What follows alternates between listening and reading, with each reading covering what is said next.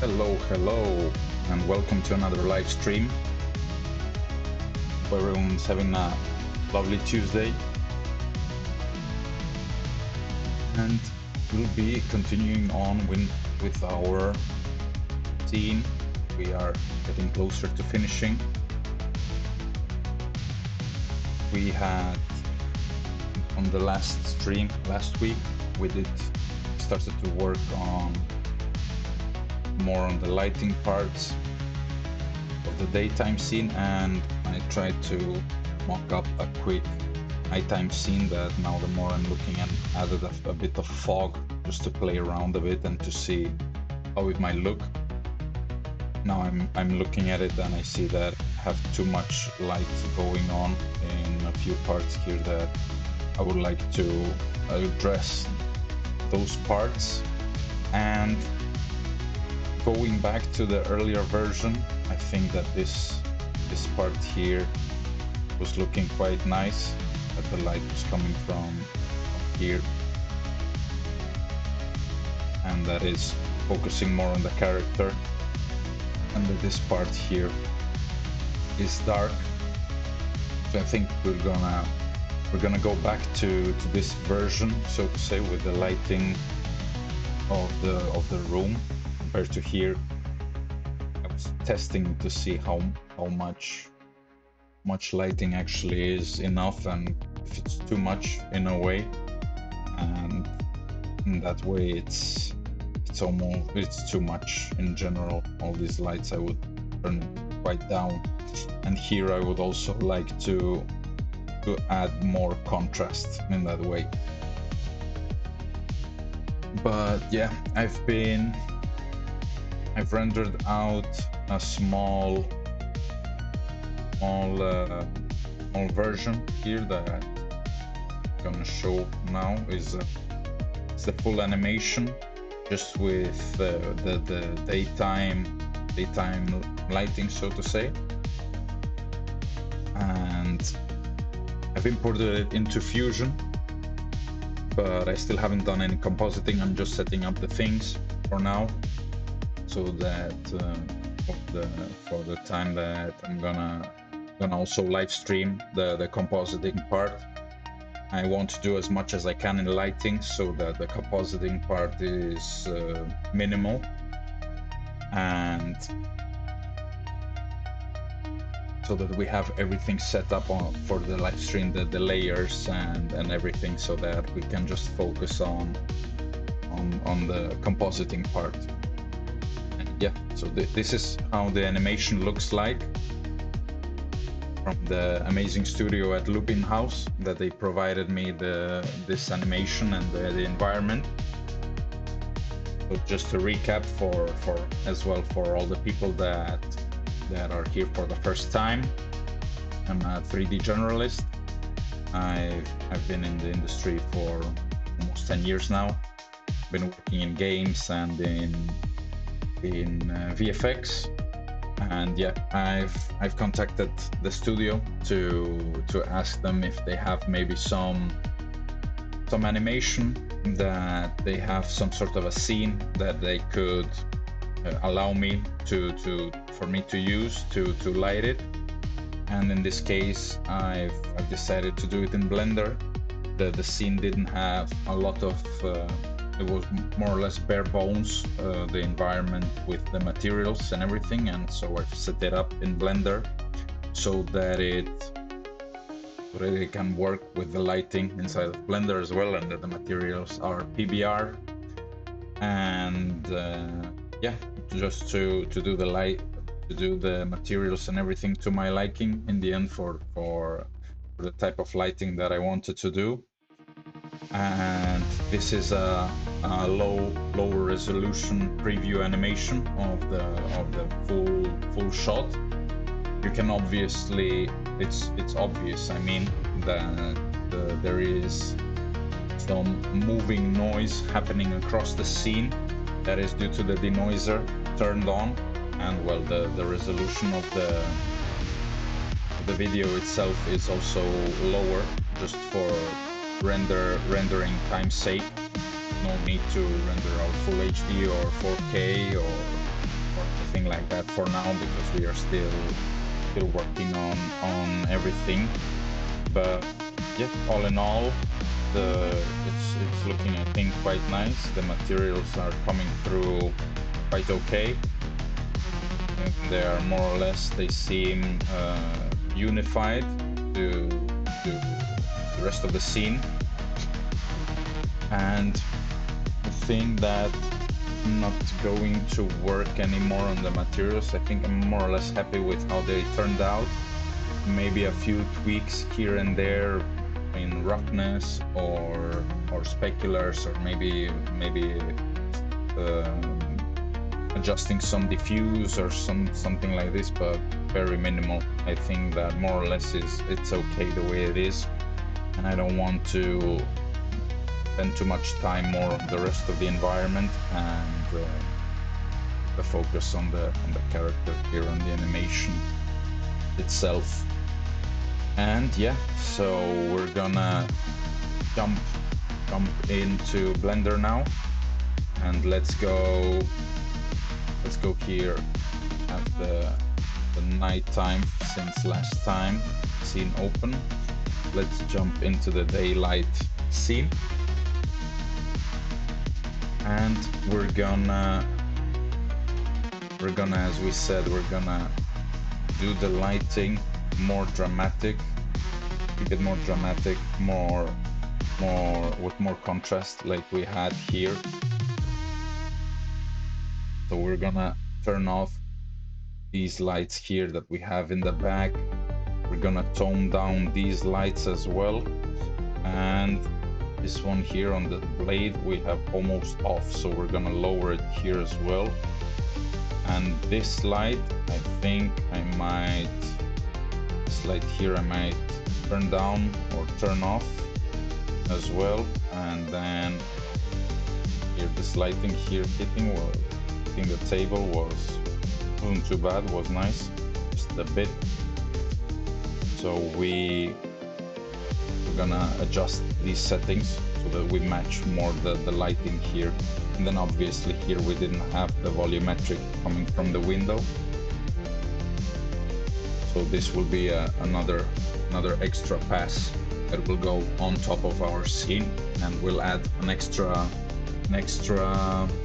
how do you say, an extra pass to the depth of the scene itself. So let's get on with turning off our lights here. We can turn off these ones, the table lights. For the set, we're gonna keep a few of them. The blocker here. This one then we're gonna, I think, probably turn off.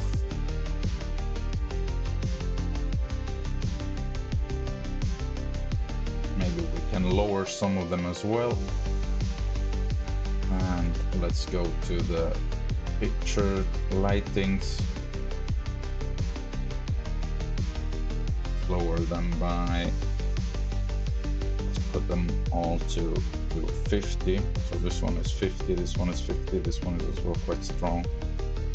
150 maybe, something like this. And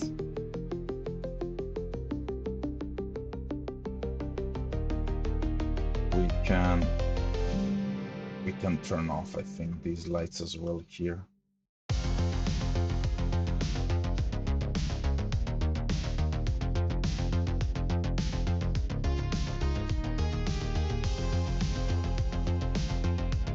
These off, and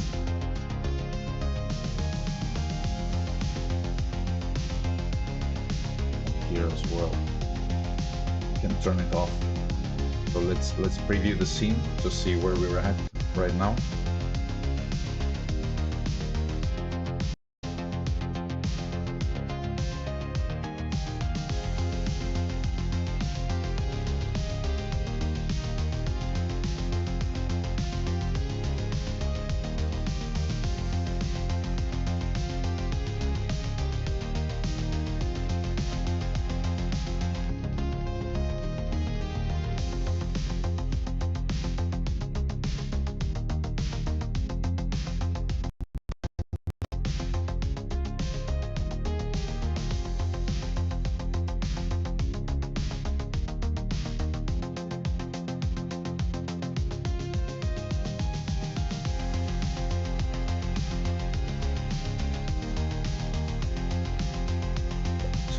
So this is what we wanted to have more contrast in that way.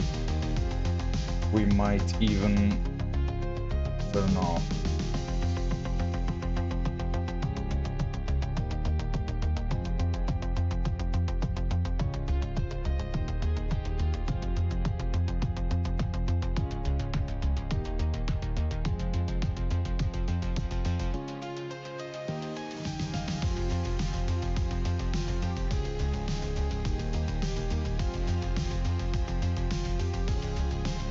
like to keep some lighting here, just because of just to fake a bit the bounce coming from here. To be, it's not completely dark.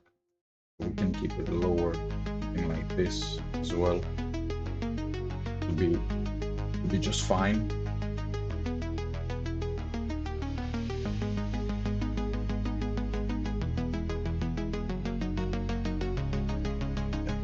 Feel like there's some light here.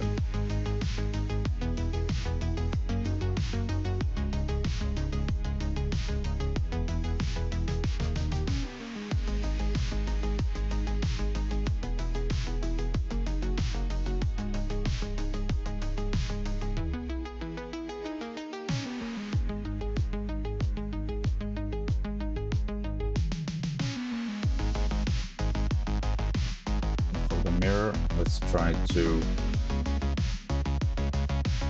quite a bit, keep it completely low, and we can duplicate this light here and add here on this side a bit of fill to the mirror.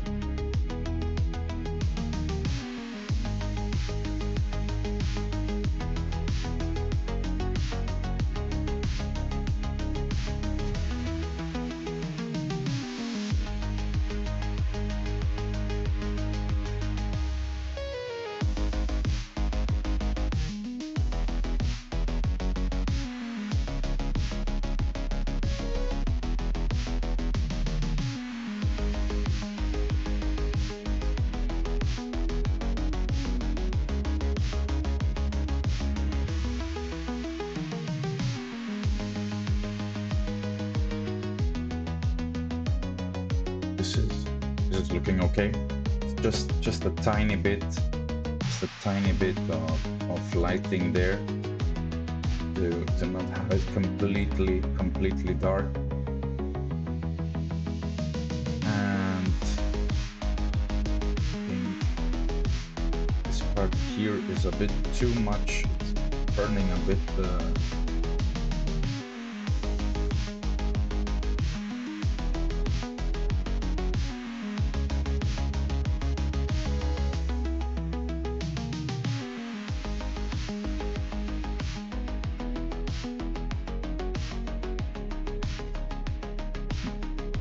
Burning a bit the table there. I have to adjust these things. Take a look here.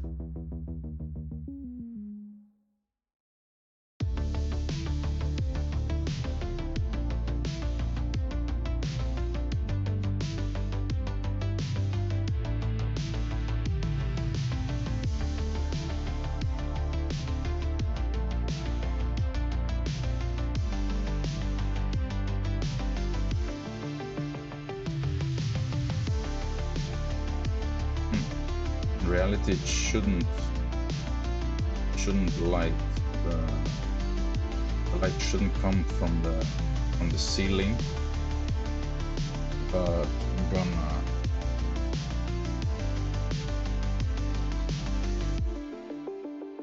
gonna just in case duplicate this roof here, just to make sure that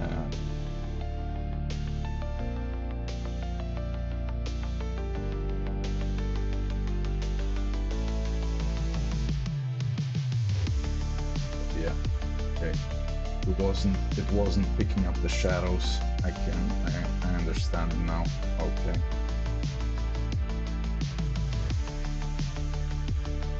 Let's keep this one.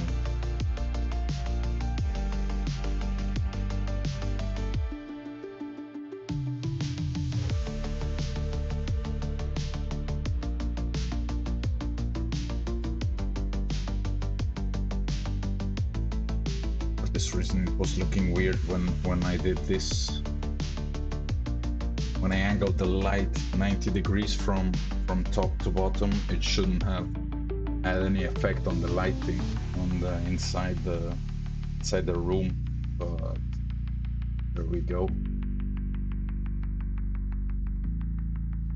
Just the settings there, they were okay, more or less the way they were.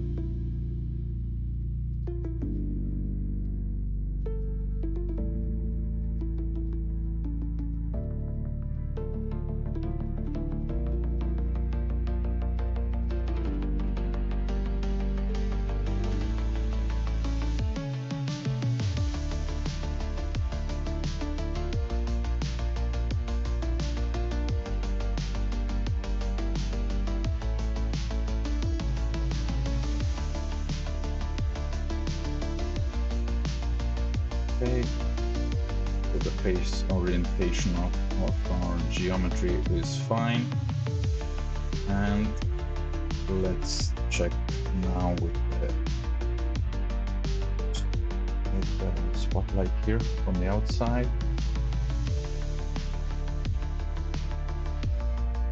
The spotlight is the one that is burning the outside, and I think because of this thing here we have put is creating quite of a strong intensity.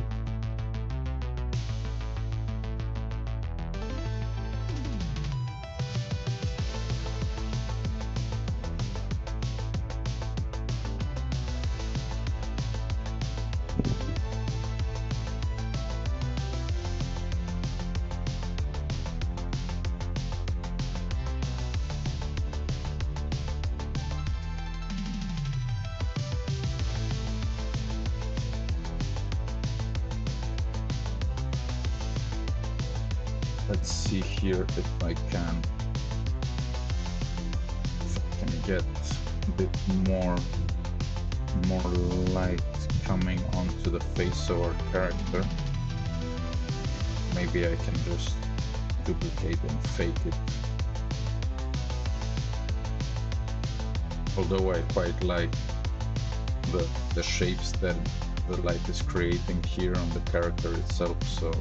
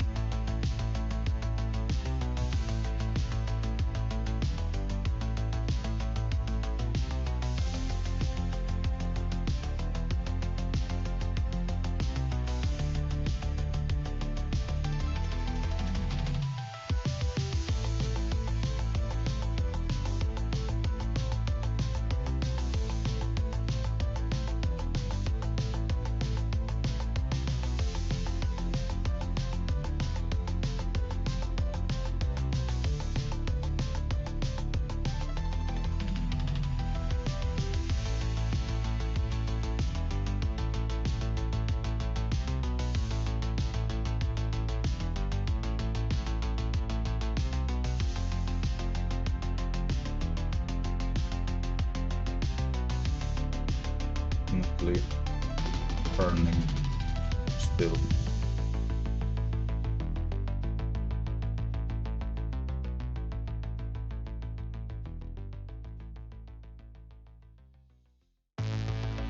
Something like this.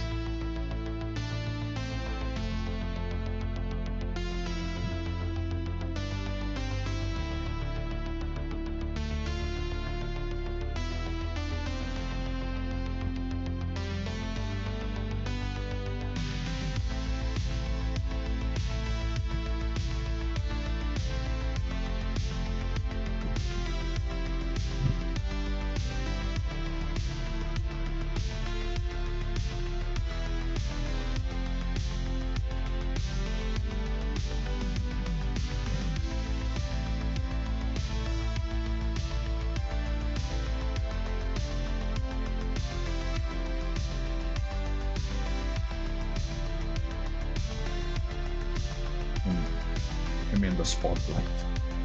This is what we want.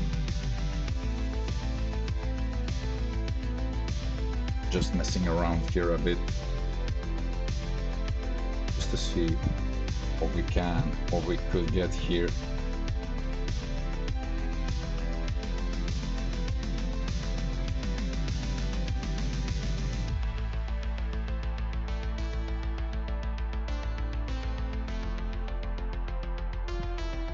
Frontal light usually never works, or for reasons that it just flattens the character completely. So maybe we could emphasize this area here where the character is with the prop here, and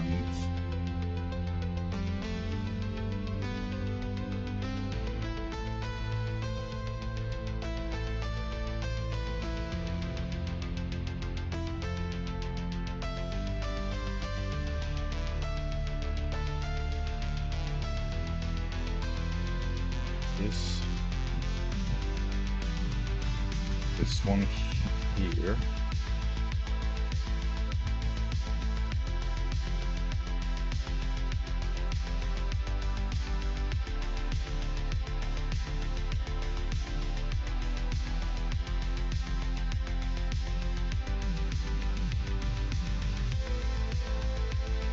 I'm calling this one a separate light completely, just to hear something. Okay, so let's just focus on this light here for now.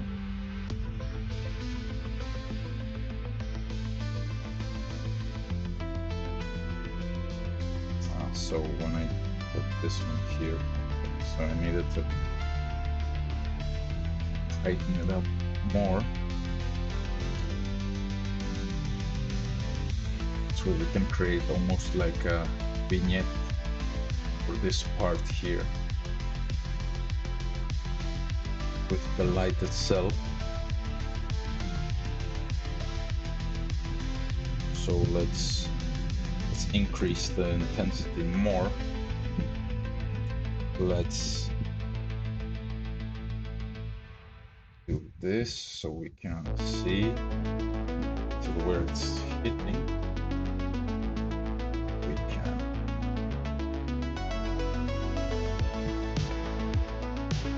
can do this.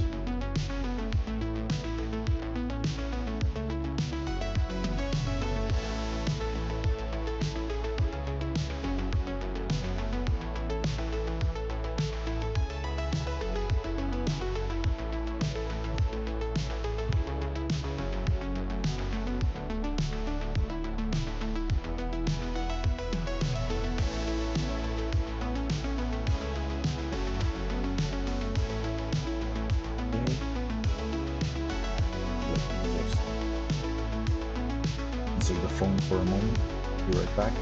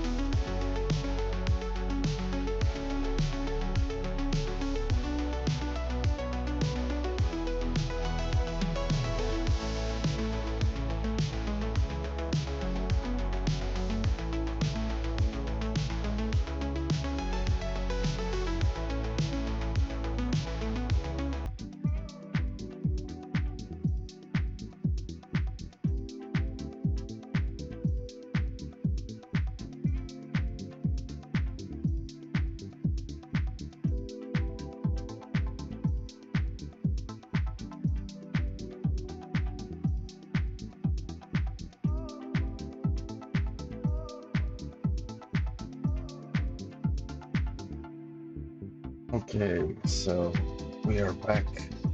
just took some of the time off the stream. I'll see to get that part out later on.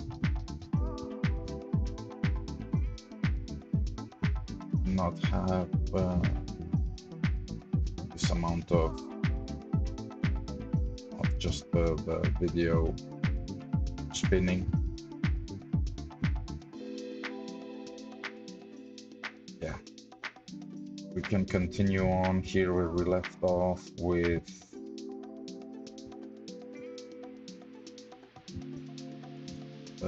the lighting of this area here.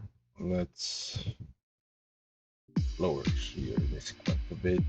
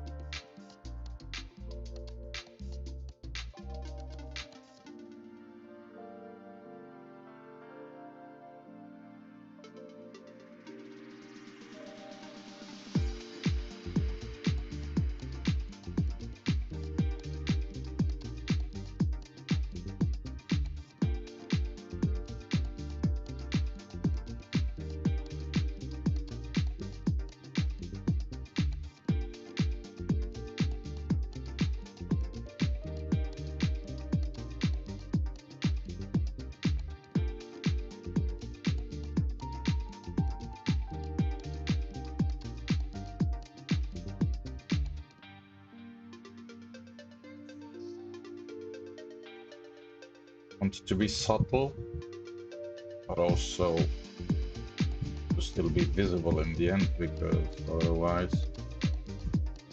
something like this could be nice. Add a bit more light here, more shape to the silhouette of the character.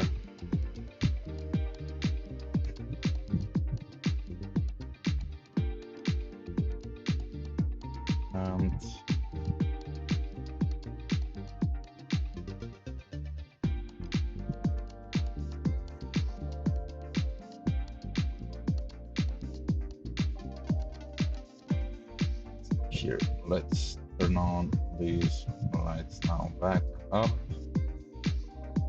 This one is one that we have here from the side, but it's also affecting the... Oh, it's not affecting the table. Okay, it's a bit of a weird glitch there. We have this one here.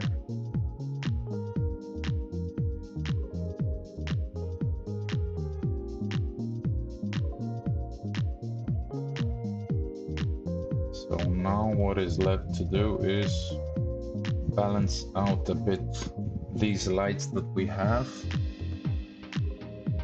because now the overall lighting on the character is quite intense.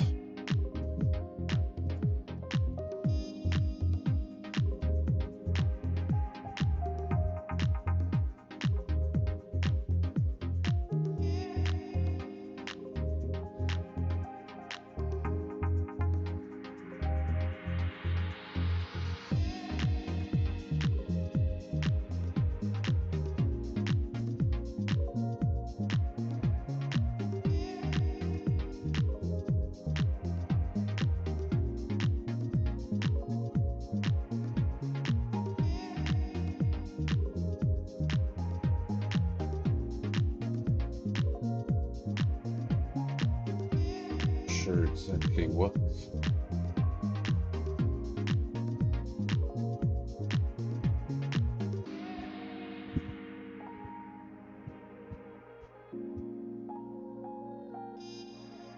What happened? Light on the floor here. I think I'm gonna have to remove this filter. We have this IS texture.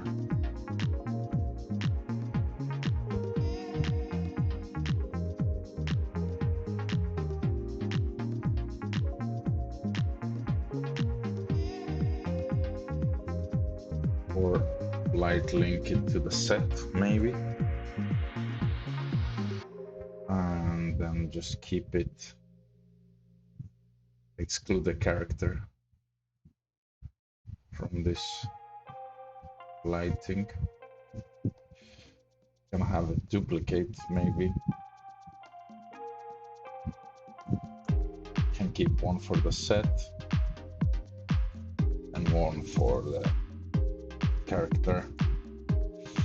And then this way we can keep this one lower, and we can this one then only for the set. Let's link them up together. So we need the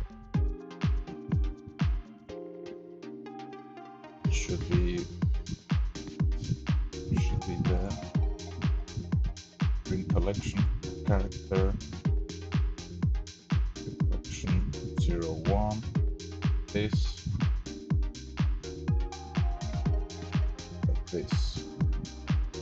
and then the kicker for the set, we just add the set.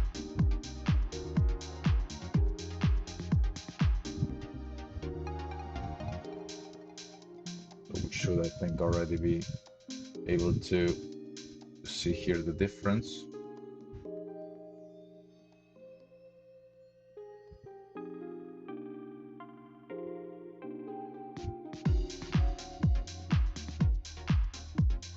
This one is only affecting the character here.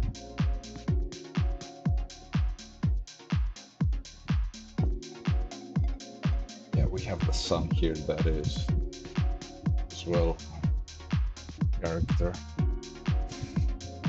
on him. So now let's adjust this one here. Surprised that it's going through the ceiling there.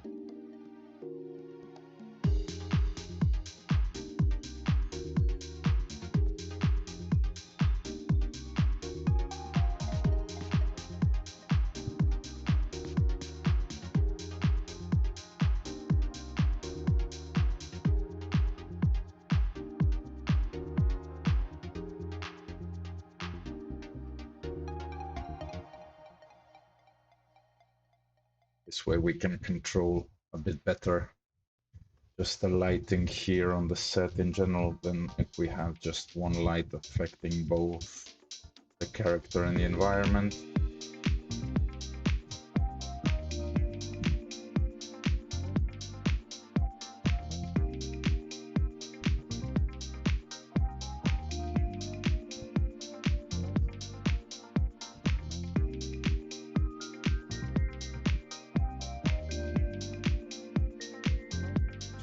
We should have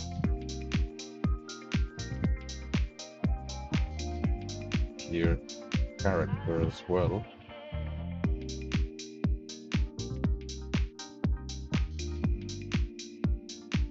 So we have shadows on the floor.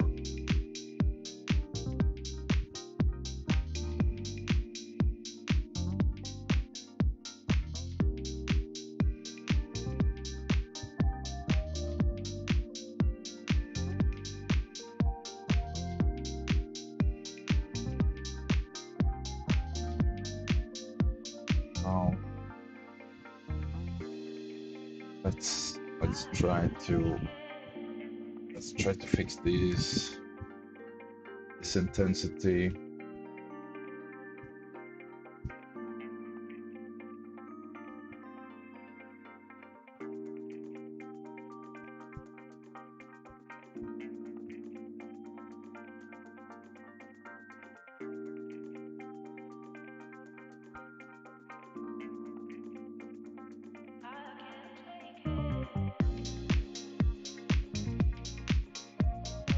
This one,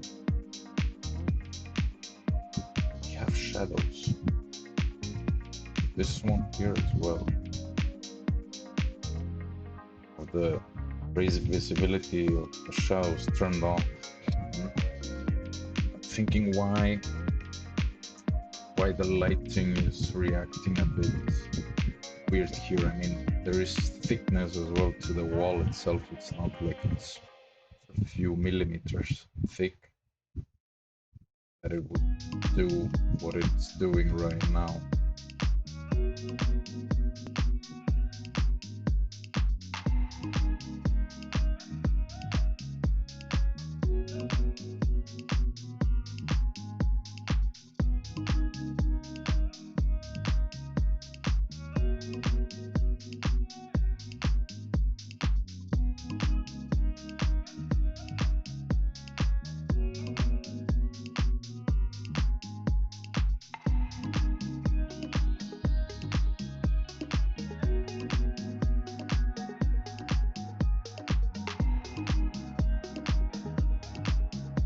Try it like this, have a bit more thickness to the wall itself, but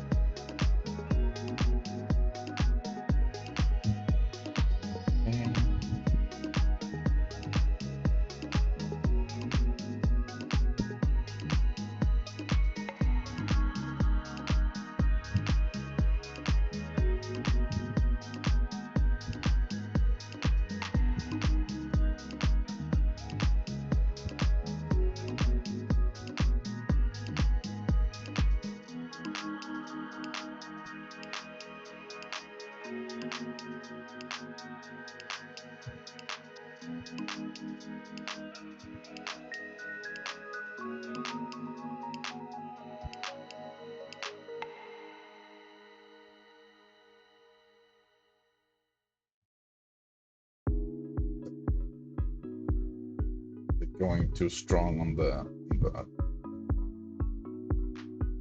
dress here. But I would like to keep some lighting here, like here. This part was quite nice, I think, creating some nice volumes here on the dress itself.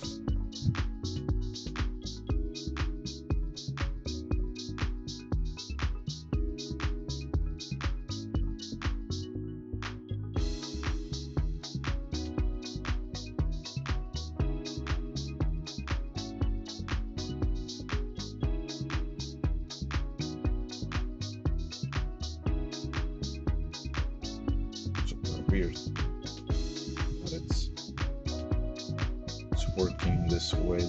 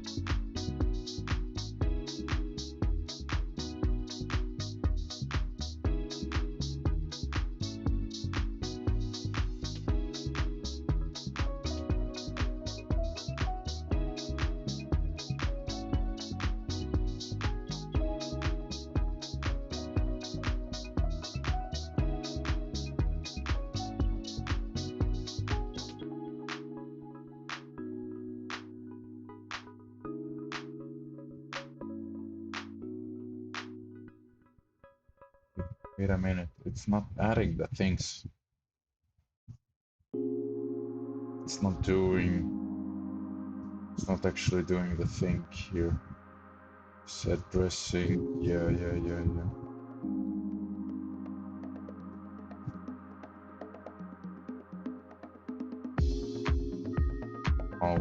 How do I add them? If I want here something, can't I add it like things extra?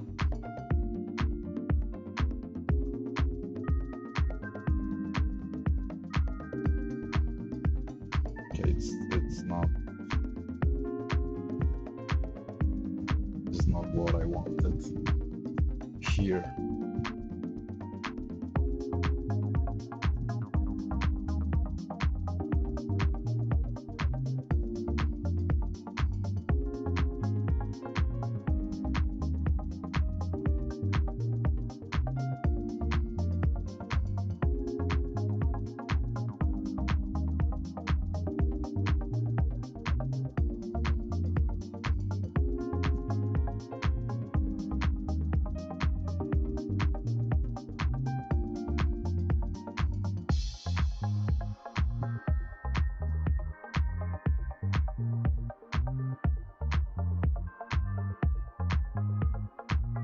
Now you have the shadows of the prop here, because these things were missing. I thought that I could add multiple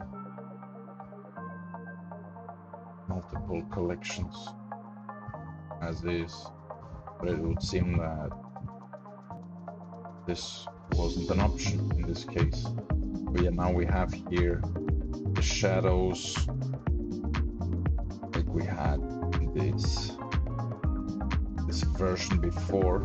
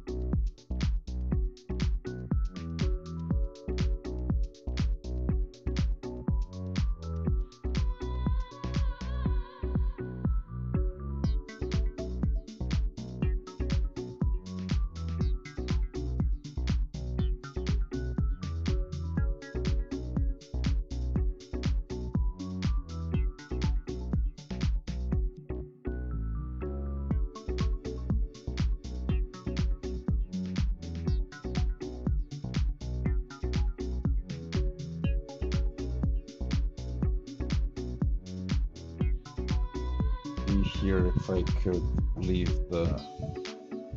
this part on just to have a bit light coming there, but something super low,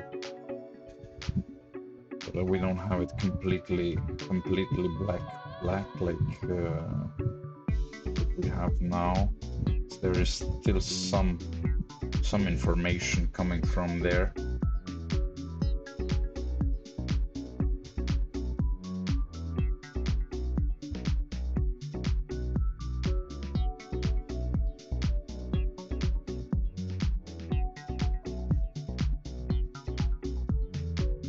This weird thing here. I don't know why. Maybe I can try blocking it off here.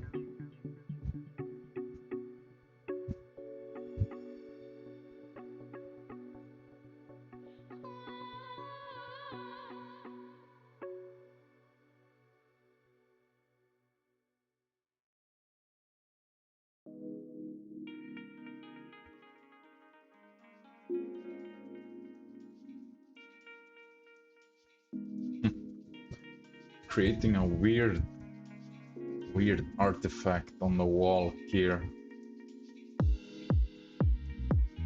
Or it's because of the curtain. Oh, it's the curtain actually. Okay. It was looking like it's translucency maybe.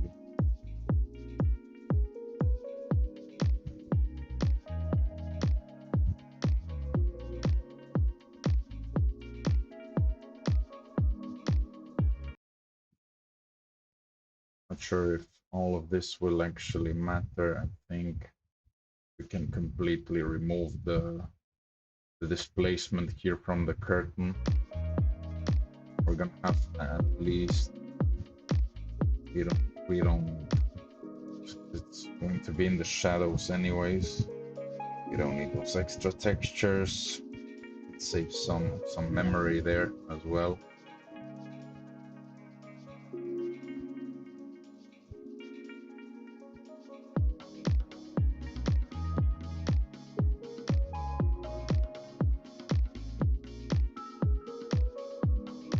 Yeah, now we're again having the lighting here on the dress the way we had before.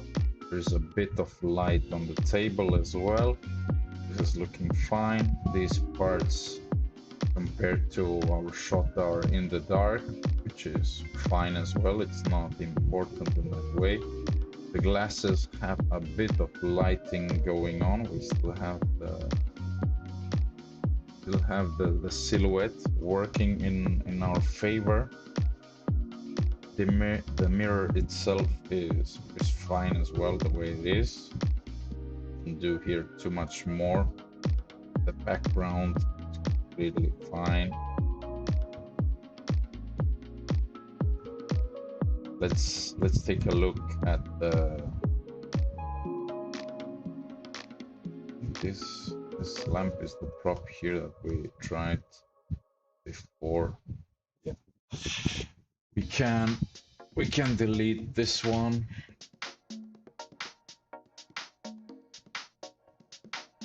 Completely, and we can let's see here.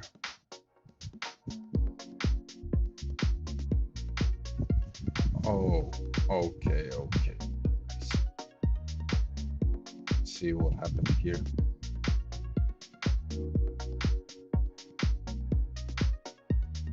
I think for this reason there was some issues with the lighting. It wasn't in the proper collection. It wasn't really working. Okay, we're not gonna need a thing the booleans here anymore. Now I'm just cleaning up. Just when I was doing the wall part, wall piece here.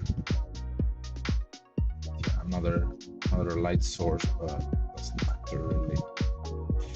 Don't want to spend time now on modeling some in the end unnecessary props that they're not gonna add too much to the scene here, because I want to keep this part anyways in the dark more. Focus more on this area here.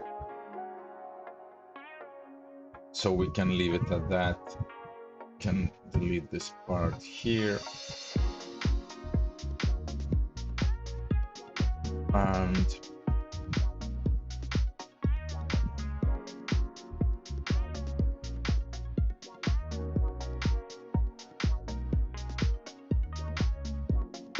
what we're looking at here, looking at the table.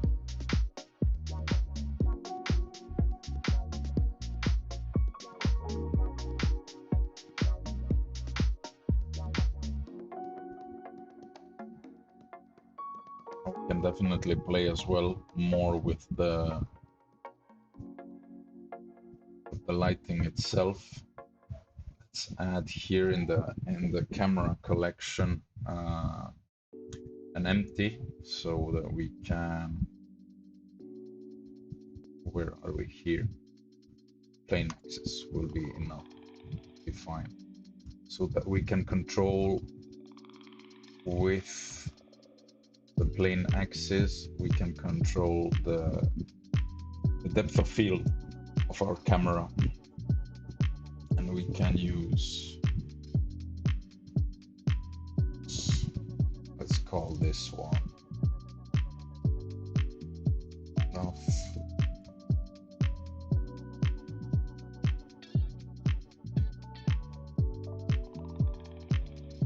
And now we have here already some nice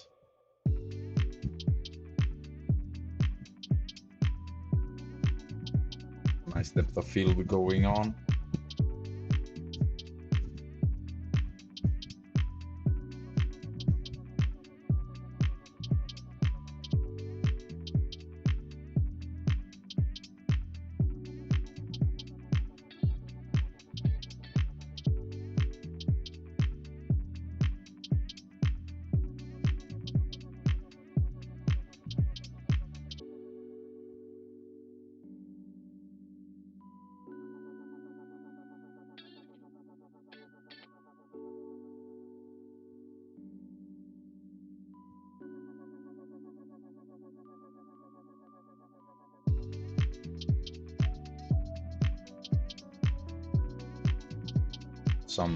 Some nicely framed shots and some nice lighting going on here already. This is looking quite promising.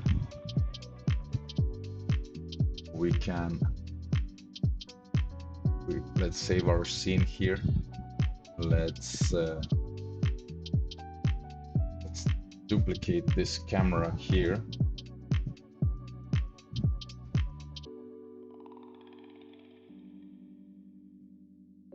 This one, shot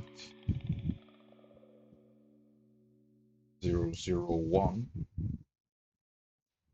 because this one here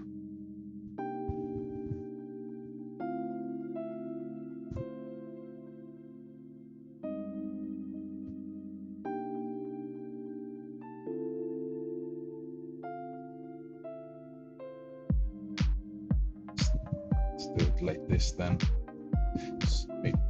It's putting the different numbers because of the nighttime scene that is duplicated. So let's then just change it like this. So we have this set up correctly.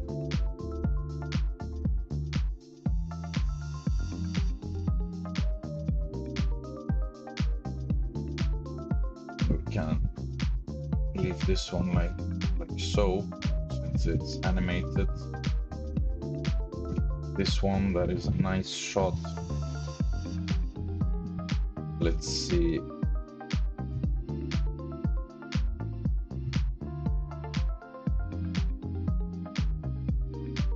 I'm thinking that it could be nice to have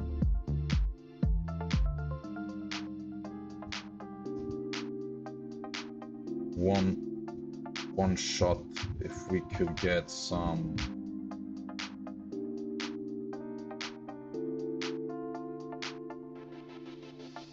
nice reflections going on, or some play with the shadows here.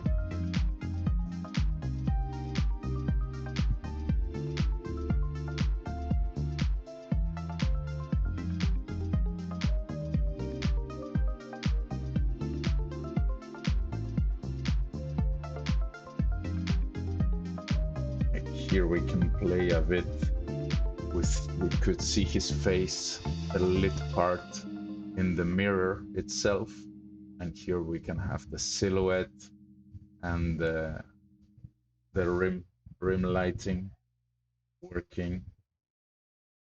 Oh. Let me try to add here a tracker and to the depth of field, right? So if I put the depth of field here and I move like so, it should keep it easier to track. It's 5.6 stop, and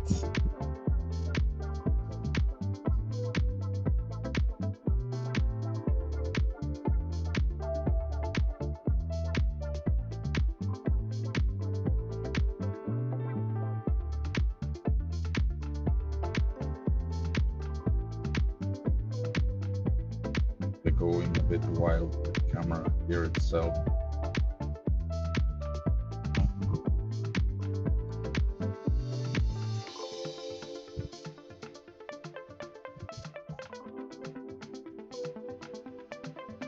Weird, I need to go so high with this value. Close mannequin. Oh, no. No wonder it's not working. No wonder it's not working. I was picking the mannequin. It was there in the back. Oh yeah. This was super weird there. But for this angle, we might need the HDRI.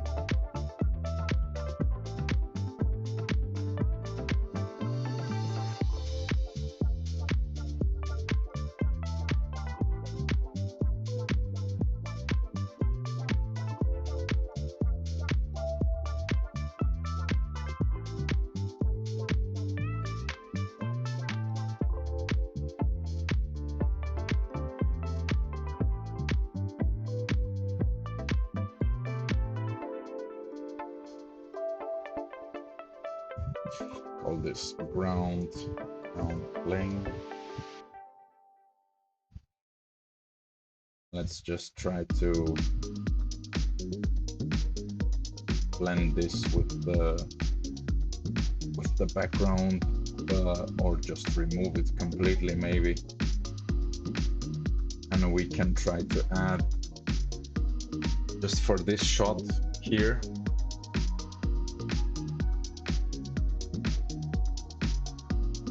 it's the sun that is actually creating such an intense lighting. So what we might do here is, let me see if I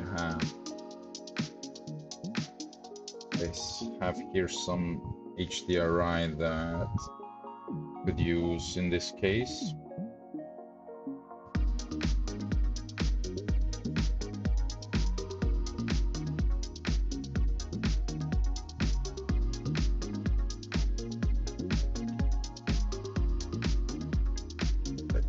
Let's see if it could work, just to have like something covering the part, as if there was an imaginary background, or maybe some sort of a forest in the back.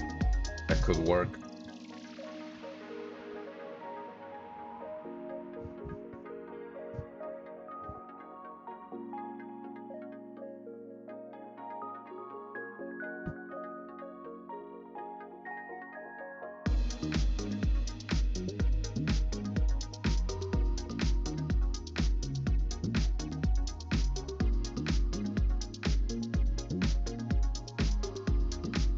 So maybe this scene here could actually work for what we have going on here. And let's try using this one.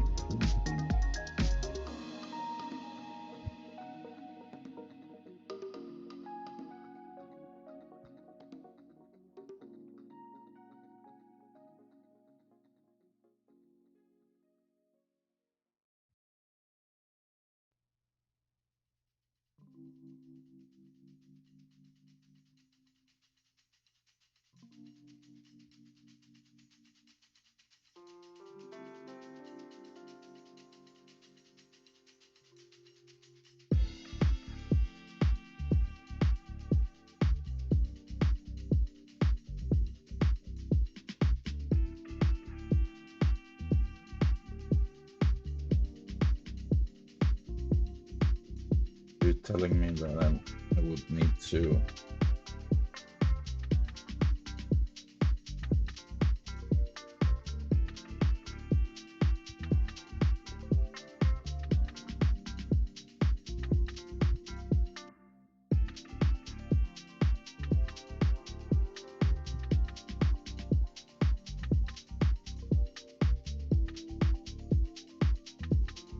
let's see here.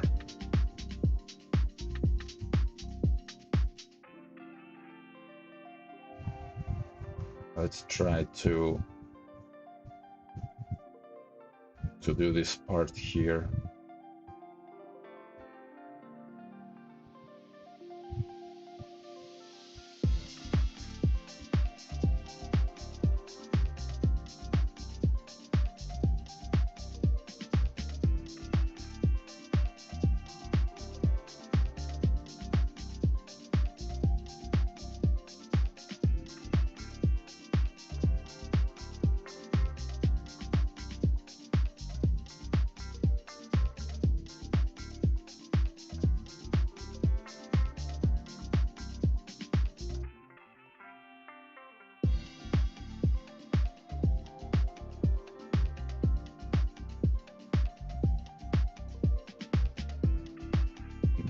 Something in this shape and form, and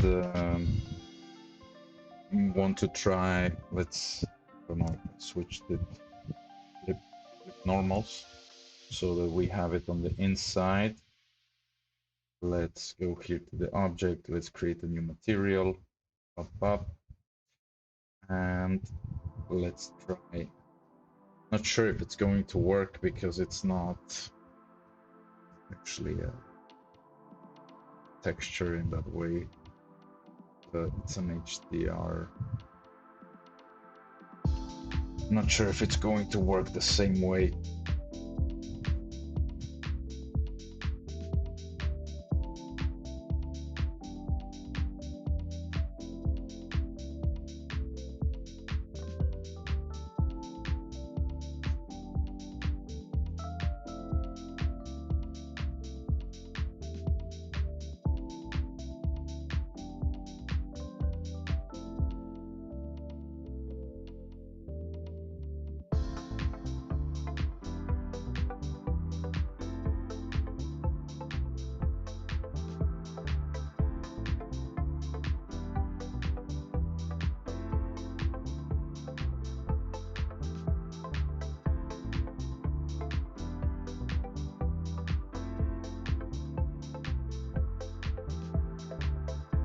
But maybe we're gonna be able to use it.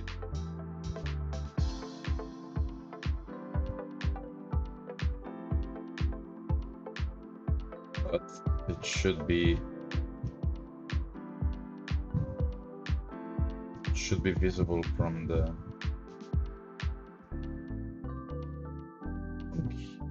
inside. Subdivision. One more. Let's shade it smooth. And also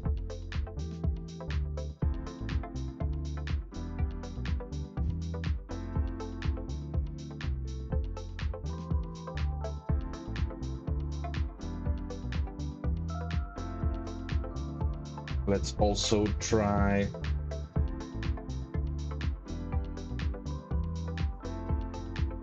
it should be okay, visible in the render,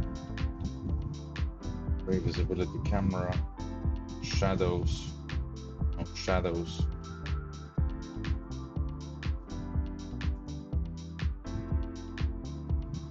Let's see here, face orientation. It is flipped,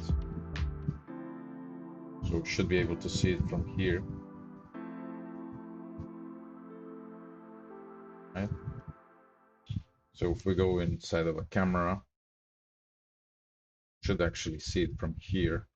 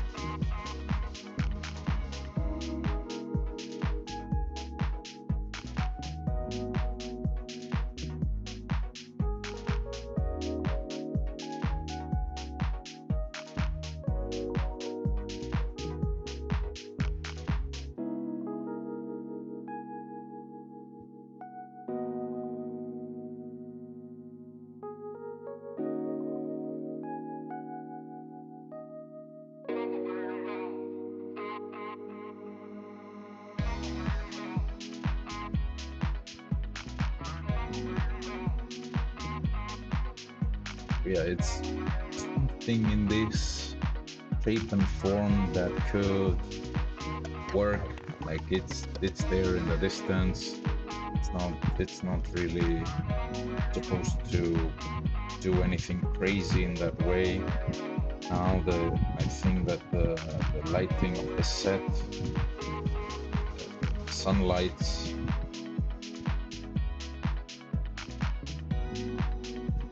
is now burning this thing here. Yeah, burning the diffuse, which in a way could work.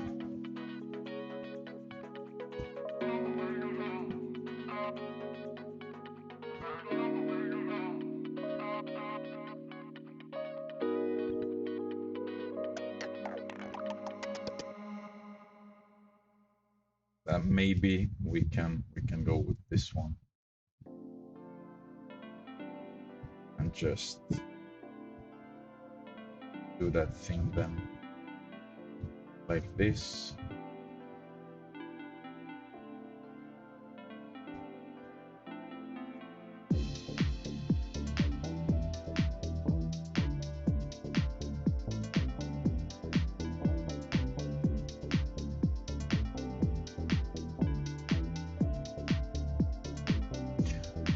Of course, we could add some.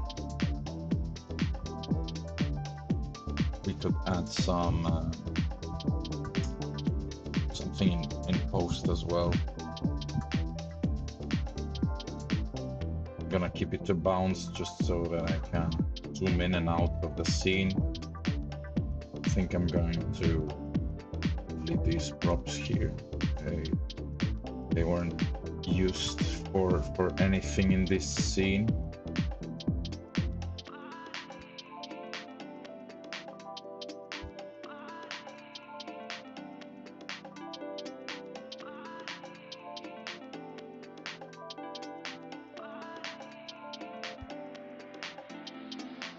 Sure, there is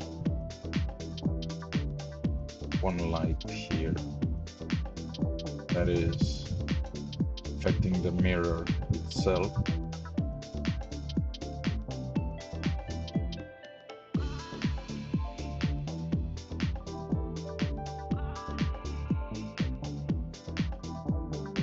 Let's see here. It's this one. No light blocker. I think we need it. Will we fix it? It's the lighting there.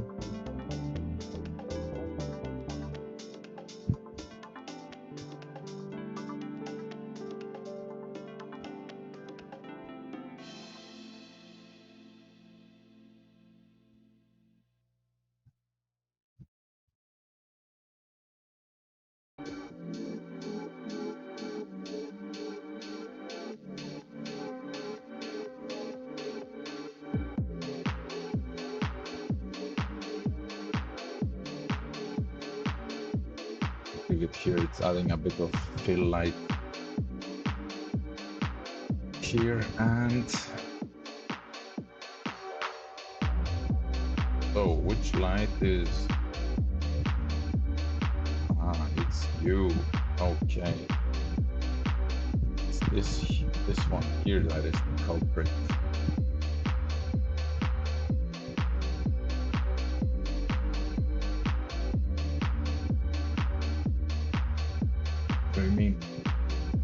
What do you mean? No. This one here.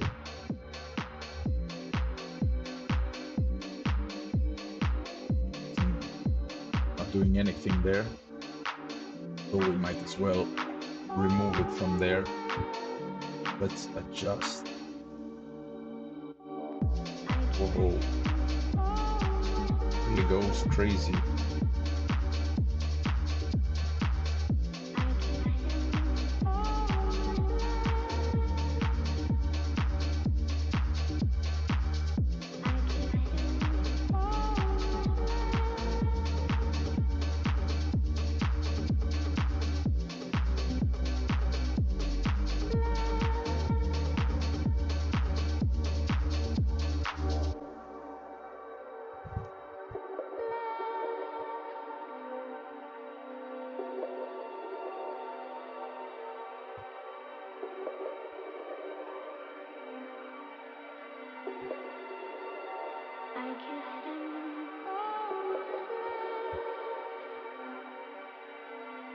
this is nice, where it's covering the window character, but in a way I prefer to see actually almost the whole character here in the mirror itself.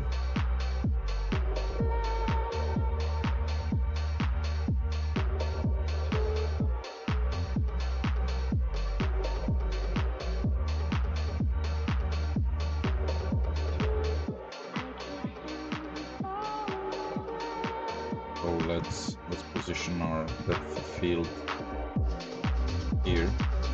Oh, okay, now I understand. We have here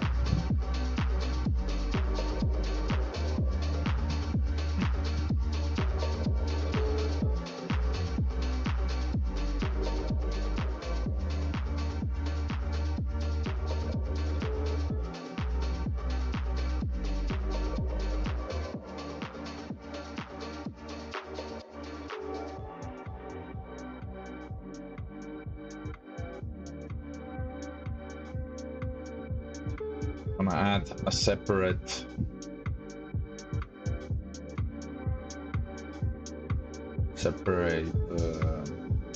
empty here,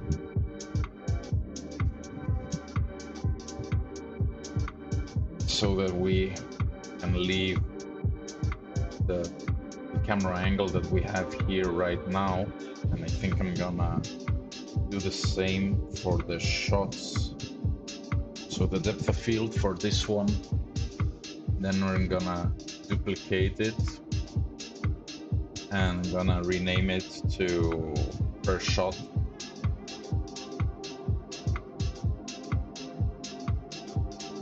Could animate on the frames. I have only one, but it could get a bit messy with the animations and whatnot, so prefer to just have it like this then, and it's going to be every camera will have their own depth of field depending on the shot. It's going to be easier to work with as well. So we can have this here, and let's see here now the shader for the mirror. I'd like to have it a bit more clear so that we can see the character. Although like this it's nice as well.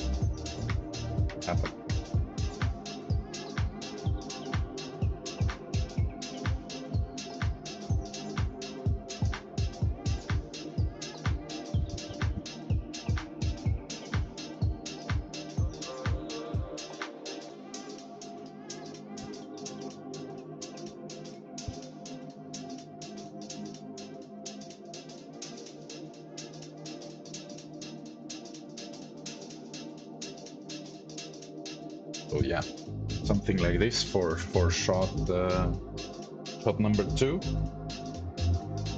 And then let's play a bit with duplicate the depth of field. Let's call it 3.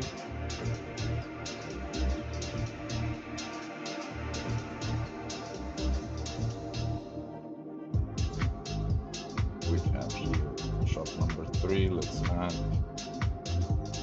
more depth of field for this shot here, and let's play back a bit the animation here.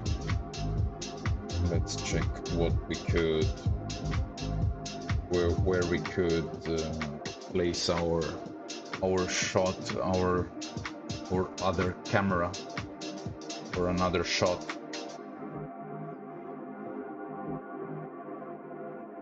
So this looks like a fun pose.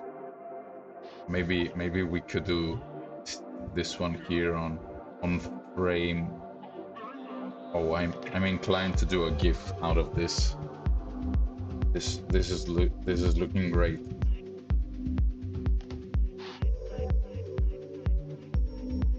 I love the frame by frame animations. that they did here. So yeah, maybe we could do like a funny one here with shot 62, and then we have this one here where the character is scared. He gets scared. He picks up the weapon. And then we have this one here where he's doing this pose. So yeah, this one could be nice. And we could finish off maybe one shot, then at the end, this pose here, or one at the beginning, or if he's being all cool and composed, where we are right now.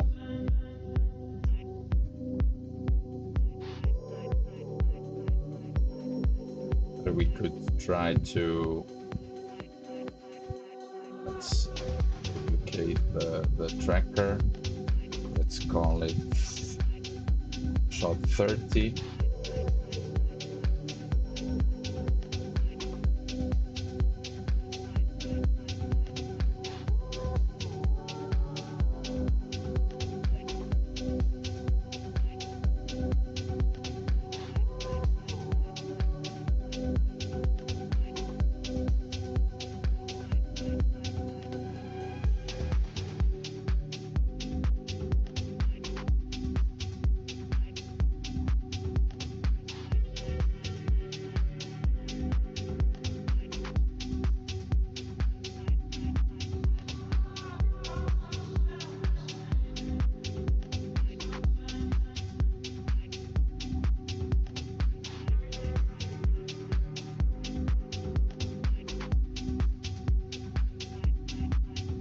We're gonna try to do something, maybe something here with the weapon.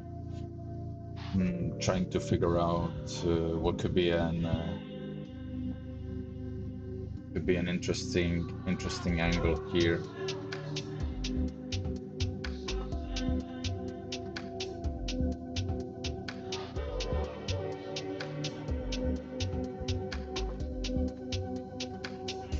Or we can do one here like this as well. Could work with a bit of a deeper focal length.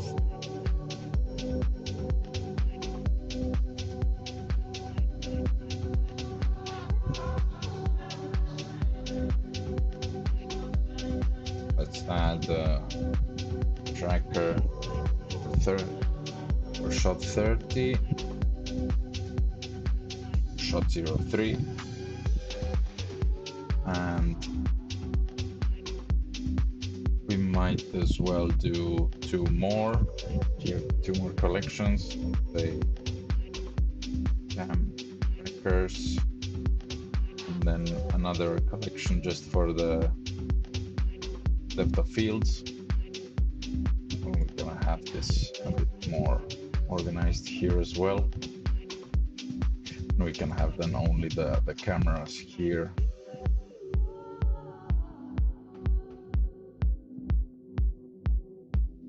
And then later on we can see as well with the how it's going to look with the volume itself.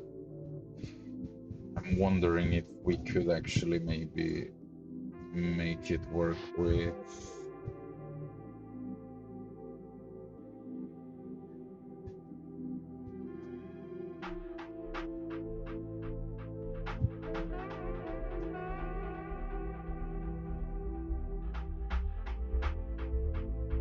we don't have the here one light that is left from before for the katana here itself.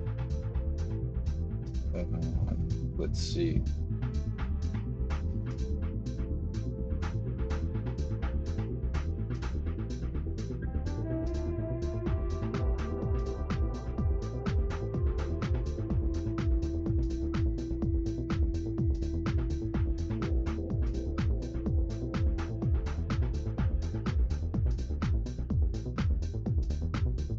Like the light linking broke here for this.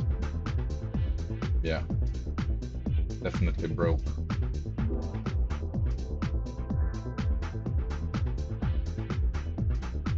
Because now it's working.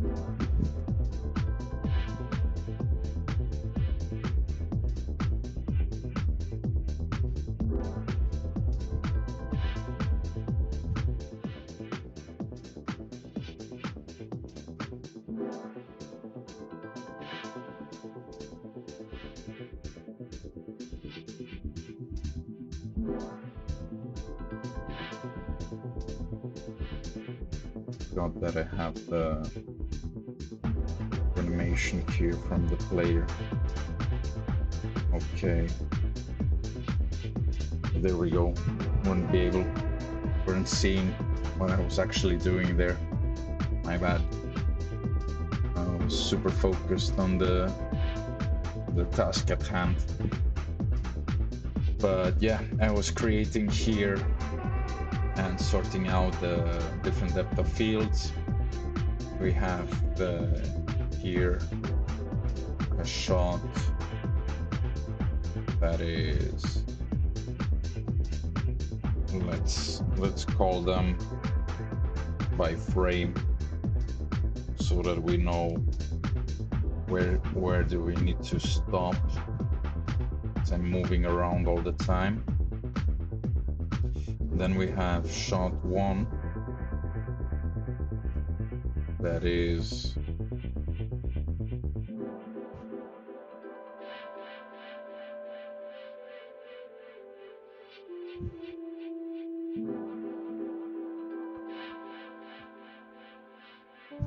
here, maybe frame 150.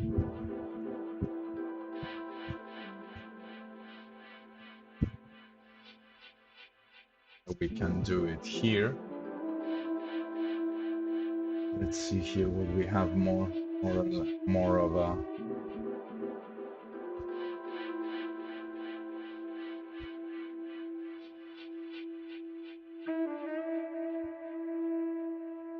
frame 150 is nice. It looks nice. We can use this one, definitely.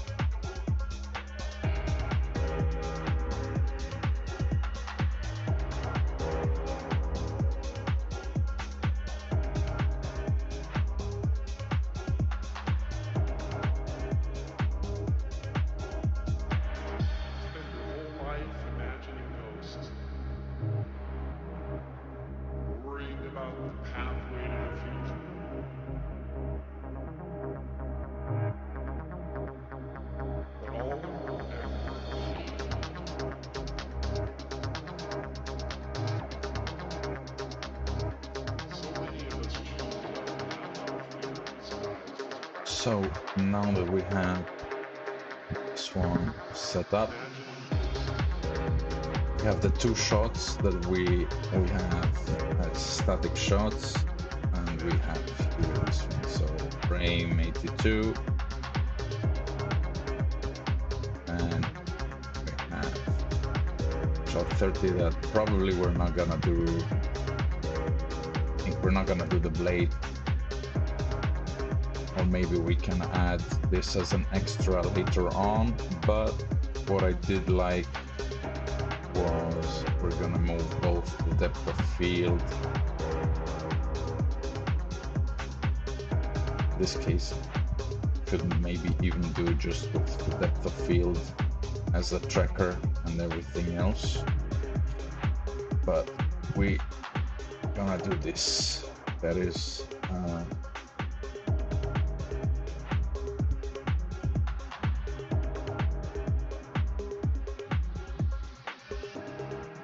looking nice on the rim light here.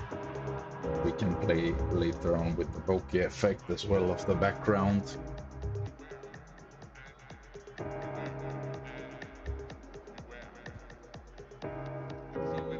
And we can, let's see here, we can play a bit more here with the camera settings. The depth of field is actually quite low, so let's put it here and to the face.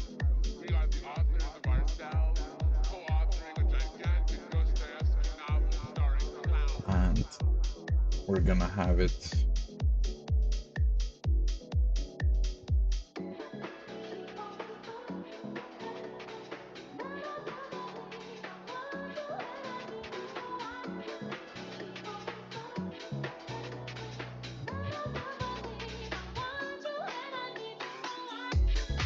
can even render out an animation from this first part here.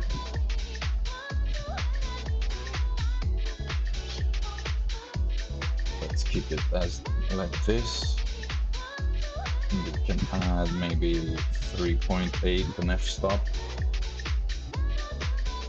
Not too hard on the depth of field here.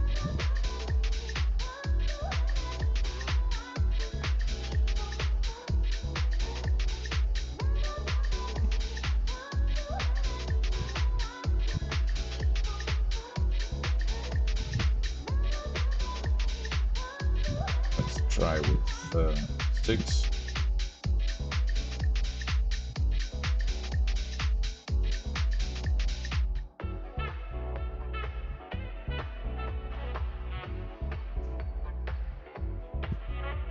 Make this a bit bigger here. You can focus more on this frame. Increase the size as well.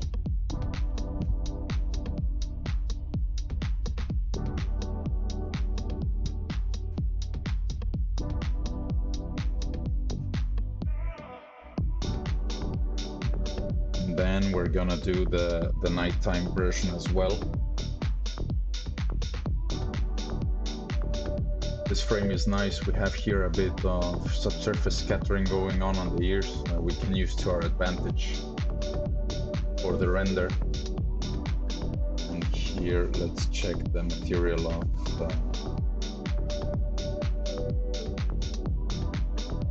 the curtain here. Maybe make it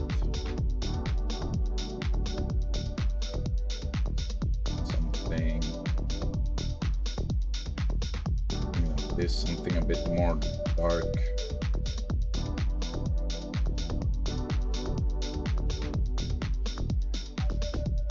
It looks like the shirt has a bit of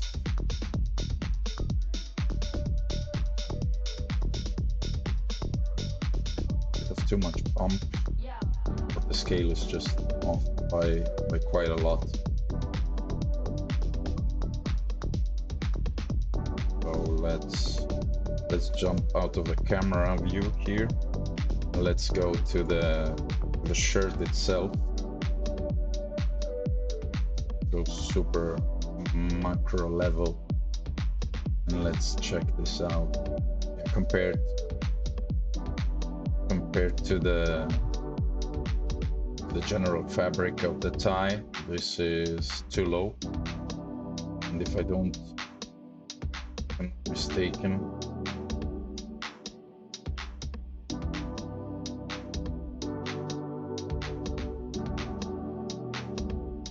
it's actually not a blend here. Okay. I remember that I was doing a blend for these, like a checker texture, so that it's imitating like a fabric like bump to the material itself.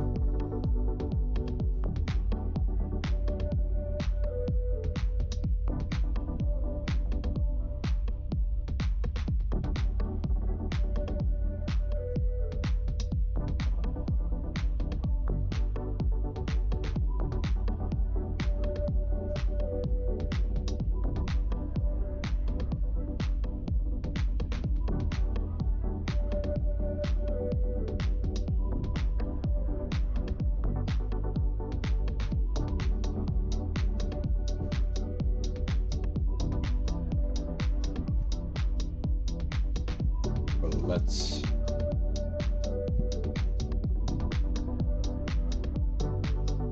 be able to use this here.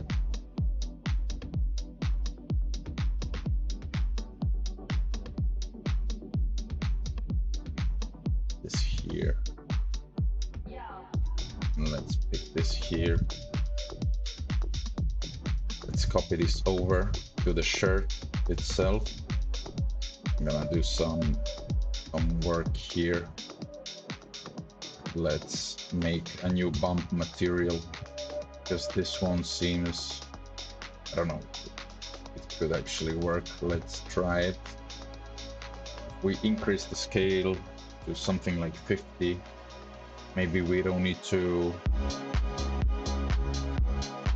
do nothing else, and we can just leave it at that.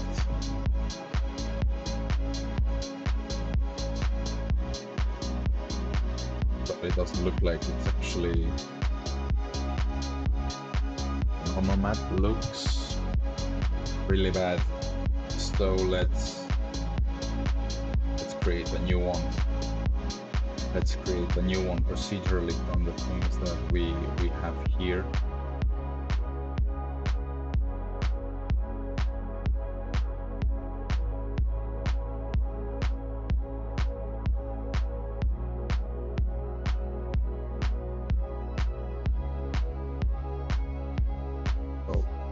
This one, something like this, and then we can mix these two things together, and then we see what's going on here.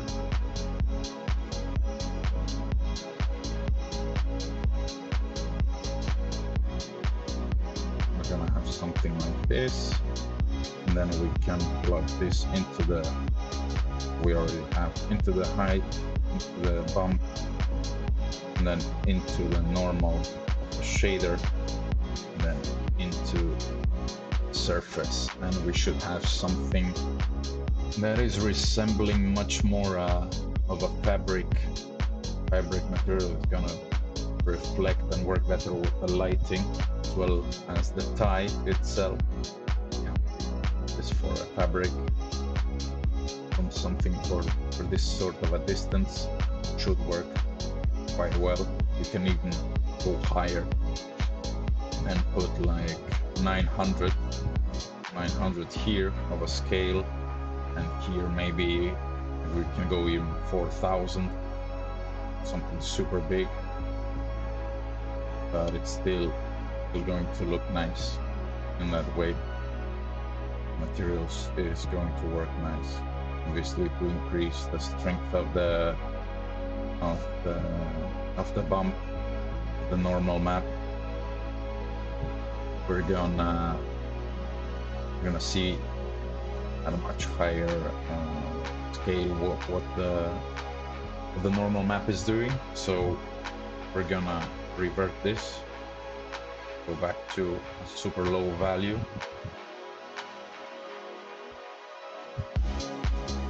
We could even go as far as putting in I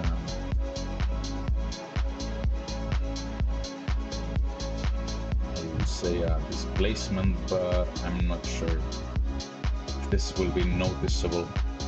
Then we can use the same output for the base color, because I think that this base color is texture itself is more or less just white with a bit of noise, and this one is more or less the same, but we have a bit more control over this one than compared to the texture itself, so we can save here a bit more on memory. And metallic, it has metallic, which we don't need. Sure, fabric isn't metallic. Friendly reminder. And I think that the roughness itself, we can derive a roughness map as well from this. So we can just have this drive our texture that we reused from the fabric of the shirt of the suit, I mean, for the suit. And we can have here a hue saturation value node in case we want to maybe change the color of the shirt itself. We can play a bit with the values here. We can add a yellow shirt, for example, something more punchy to the character, depending on what we want. A green one maybe, a pinky one. This one might work for him. Or a slight tint. Here we can leave it as is. Okay, this could work, or we can keep it white as well. Not too sure yet on this one. If we keep it white or with some color.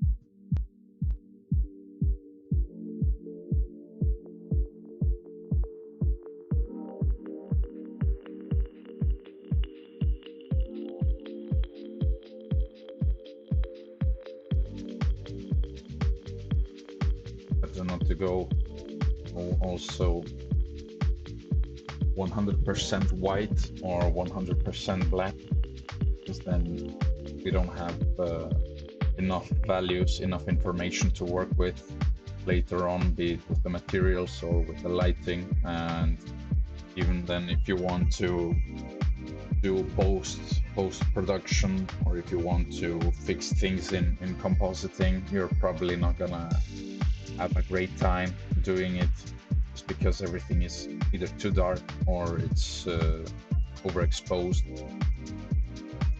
So it's better to keep things in a balanced gray, so to say, gray medium.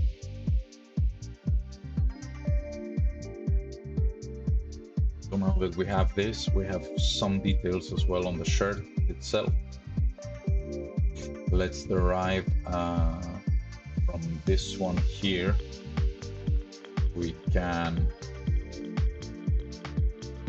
have this one then for the, let's say, for the color here. This one we have for the normal map.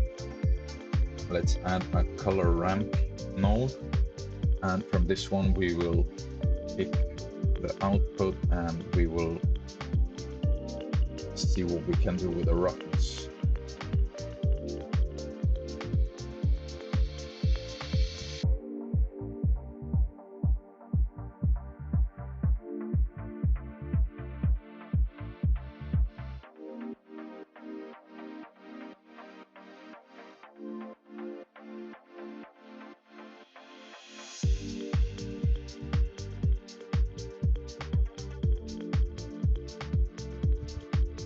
Like this, we can add, as we did with the suit, should add a sheen node.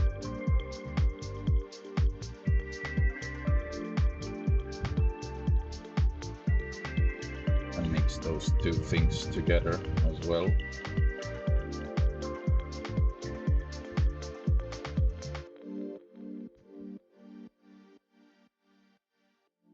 Not sure if it's gonna be visible in this case, since we have a white shirt.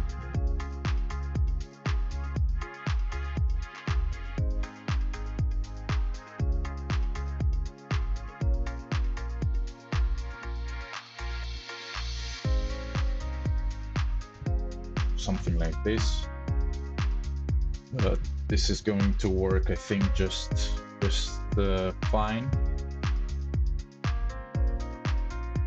Like this, we have the control over the color of more or less all of his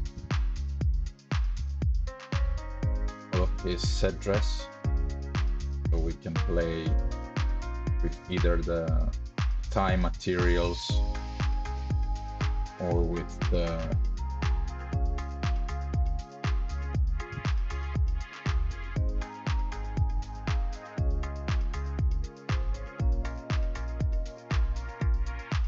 suit or with the shirt. We can change and affect the color of everything, so we could keep him just the way he is, like this, classy and fancy, or we can do something wild and we can change the whole perception of the character in this way. Wanted to maybe see if I could do something more on the subsurface scattering part of the character, even though it's not too visible. If we add a Fresnel, an ambient occlusion node, maybe we can just add a tiny bit of extra detail.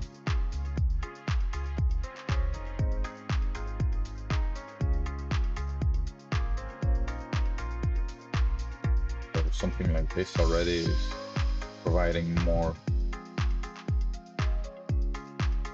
information to color around here.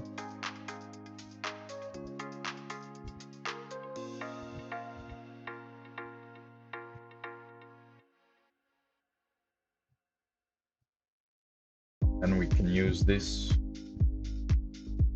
information here. Of the samples here of it. Then what I would do is I would try to plug this into the subsurface radius or weight. Let's see. I'm not sure. I think the weight.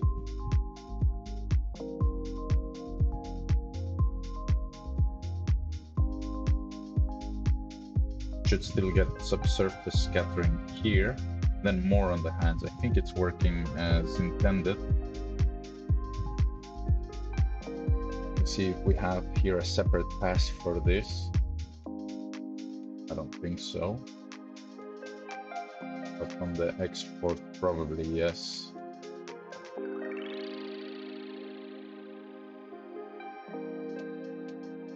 And then we can have, this is already looking quite nice.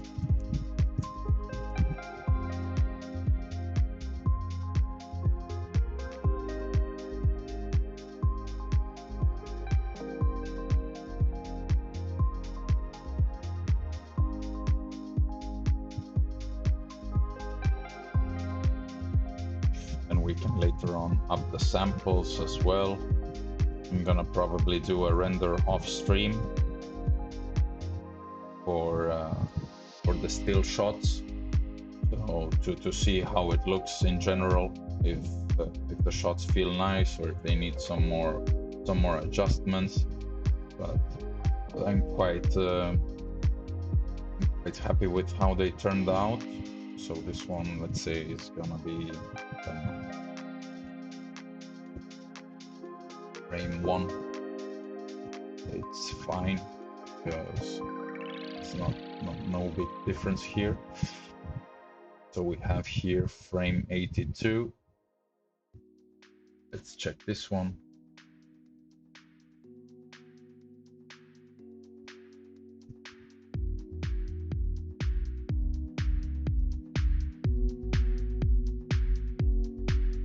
Could almost leave this part on, but maybe, or this low. And we have this shot. It's looking nice as well. Here we can play with this reflection of the mirror. Still not sure I like the mirror is clean, but with a bit of roughness. Nice as well.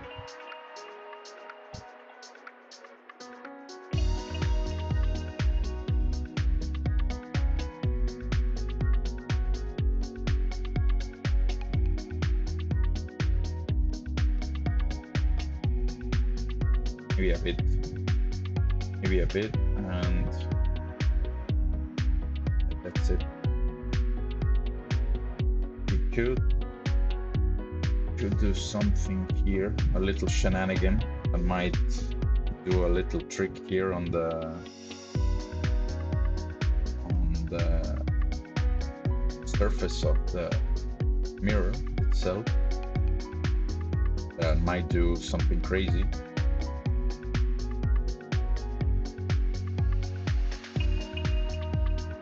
Yeah, it's creating an uneven surface, but if we go even higher with the scale, if we go even lower of the intensity, we could add a bit extra to the mirror itself, to the imperfection and everything. Just to have that, so it is not just a pure plane with reflection set to and metallicness set to 100%, and that's it. So yeah, we can see here that the subsurface scattering is working. It's working for this quick hack. Is with the Fresnel and the ambient occlusion working quite nice. So I'm gonna leave it at that.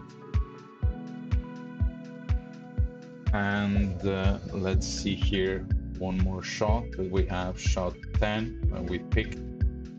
That is the one where the character is like this here. You can see here the subsurface is working nice.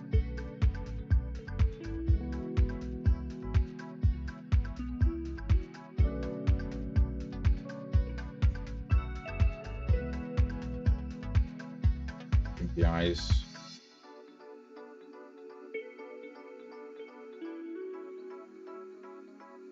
might need to be fully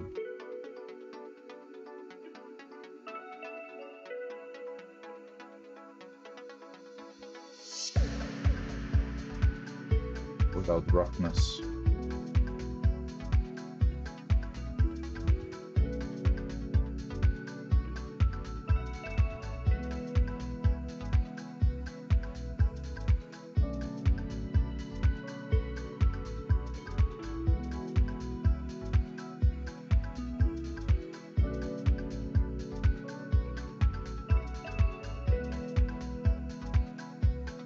I'm almost inclined to just copy and paste again the same scene, the daytime scene, and do a new nighttime scene, because in reality it's just a change of hues and tones here that could be, I think, better. And we have the scene already organized here. The light linking is working for the set and for the environment, so that we can in that way save some time, because there is no need to, we can use then maybe the same shots, but then just have them in a night version. And we can play then more with the light rather than setting up the scene again from setting up the depth of fields, the cameras, the trackers, and everything. Because now there isn't that much going on here. I did play a bit on the night scene with the mood, just to see how it might look.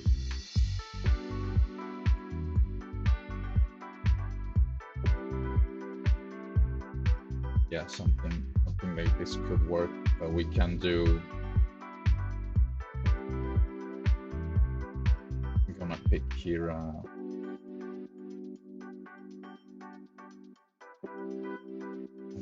Screenshot.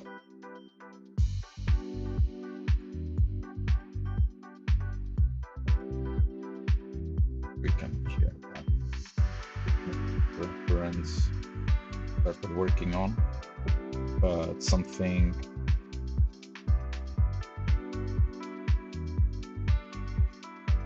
with this mood and color palette would be nice, but then in a dark setting. This could work nice. And let's delete this here. There, it's gone. Let's do a full copy.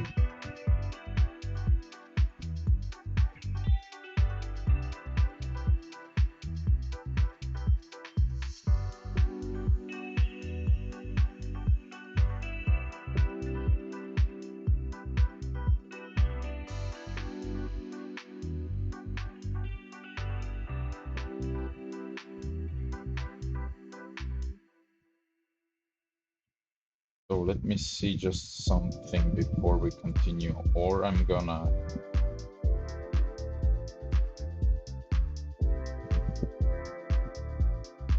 okay.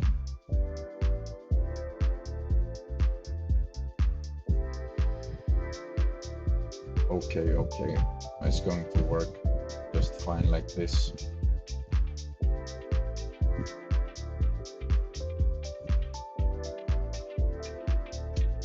Next thing is going to be check the setup, change everything for the nighttime scene, then check all the settings. We have everything correct for the render.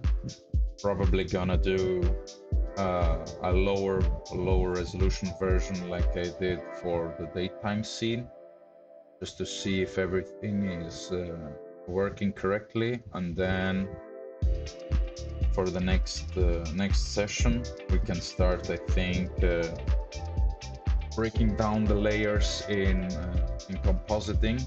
I'm gonna probably do the compositing in Fusion, just because I'm mostly familiar with it. And yeah, we're gonna do hopefully not too much compositing, because I prefer to do mostly most of the things in lighting, and I prefer to do as much as I can beforehand, be it in the materials, in the shaders, in the models themselves, and then have it like almost 100% or as much as possible done inside inside of Blender or Houdini or whichever software that I'm working in at the time, and then have in compositing maybe just some smaller vignetting jobs done with vignetting work, maybe then a bit of chromatic aberration, some film grain, and some color grade if needed, and then that will be it. That will be it for the compositing part, and we can call this project then done. So I suppose that maybe one or two more sessions, we're gonna be finishing up and wrapping up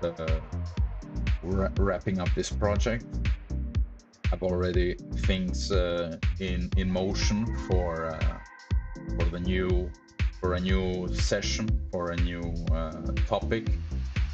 There's actually two things that I would like to work on. I'm not sure if I will have not sure if I will be able to do one or the other first, but let's see. Would like to do a live stream for a challenge that I saw online. That is some texturing for a prop done in well, it can be done in whichever software the artist chooses, but I would probably do it in Substance Painter just because I am most familiar with it, although I haven't done some texturing in the last few months. So it will be a nice challenge and a nice refresh to jump back into Substance and to see as well what they have for new features, and to try and texture as best as possible this asset and submit it for the challenge, because I think that the deadline is today's the 8th of July and the deadline is on the 22nd of July, so there is like just about 2 weeks of time for make the textures, which I think should be enough. So yeah, let's see. For this reason, I will try to maybe even push out the project and finish it up in the next session, and in the meantime I will do the tests and the renders off stream, and then have things more or less ready and just wrap things up, maybe even in Fusion, and call it a day. So yeah, let's see from there. Let's go with the lighting here again. Let's turn off everything in the set. Let's turn on the table lights here. Let's go into the moving camera.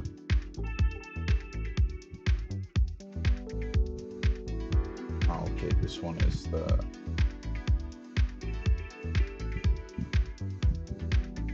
duplicate. Okay, this one.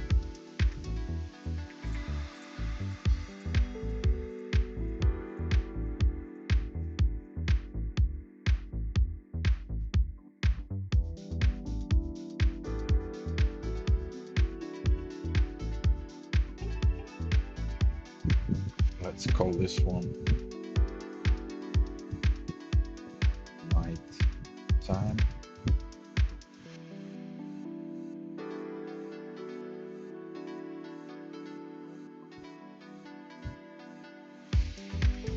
Let's turn on these lights.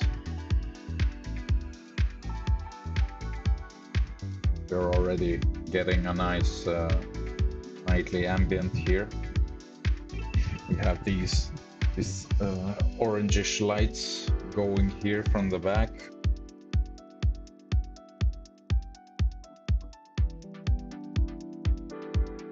we're quite close with this intensity for these lights, for the lamps. So let's see here. Here it's now a bit lower than what I would like, but I think I lowered it just because maybe a bit too strong here.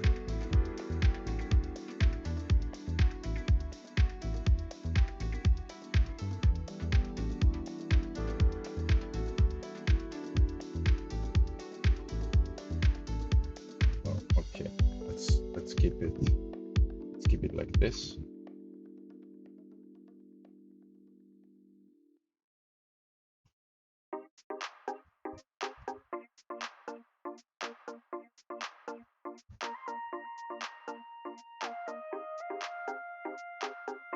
Let's turn off the katana light that we had here.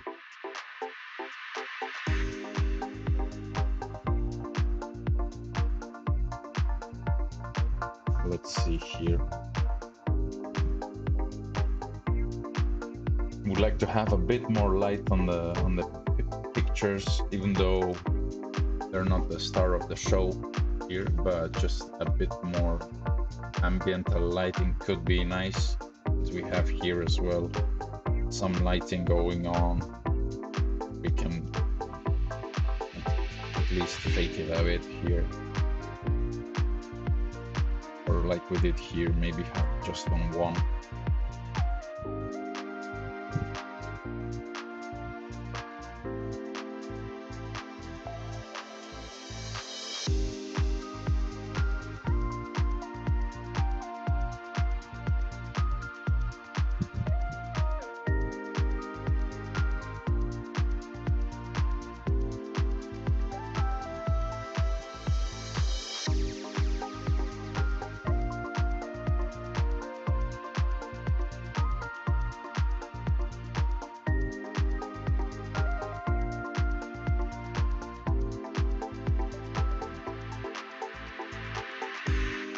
Now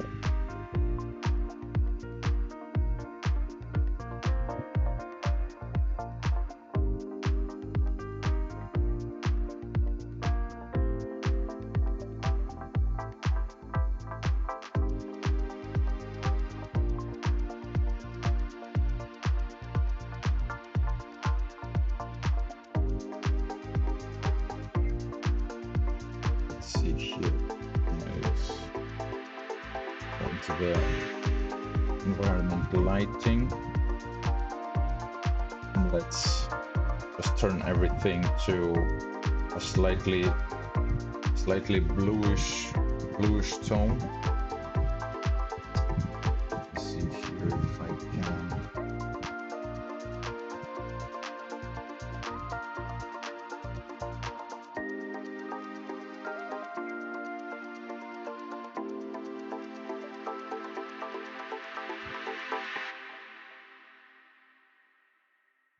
I need to do a little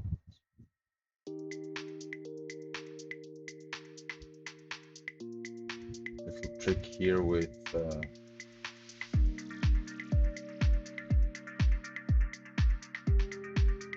paint. Oh.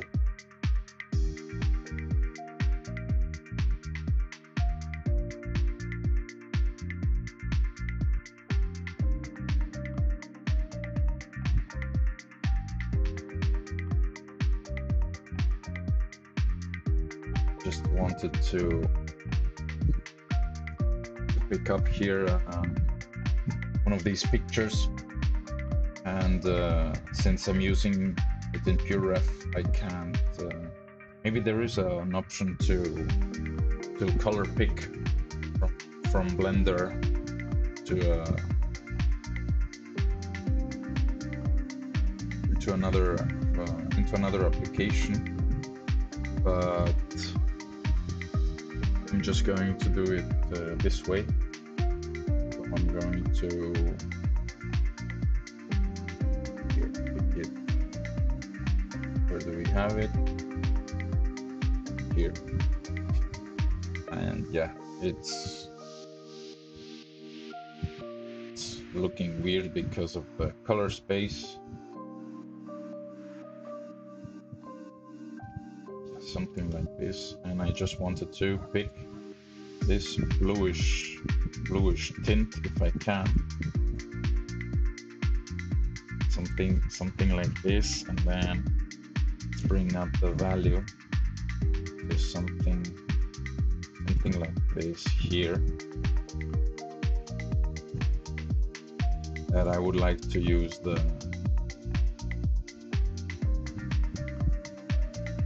saturate it just a tiny bit. Okay, let's do this. This one is fine.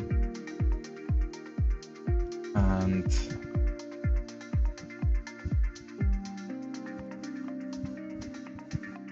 okay, let's do it for all of these lights. I'm going to do the same thing for the volume here. I'm gonna have volume for everything.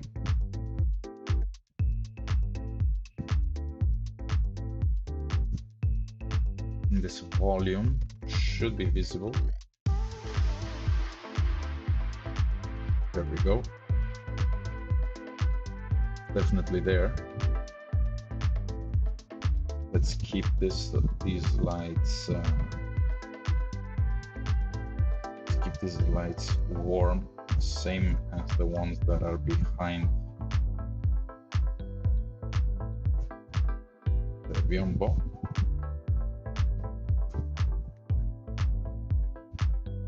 Okay.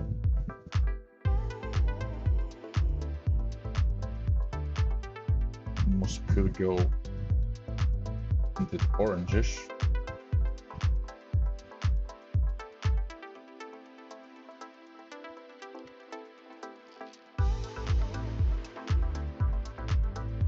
It. Let's leave them like this for now, and then for the volume itself, go ahead and let's try changing it to the same type of volume that we would have here in this space.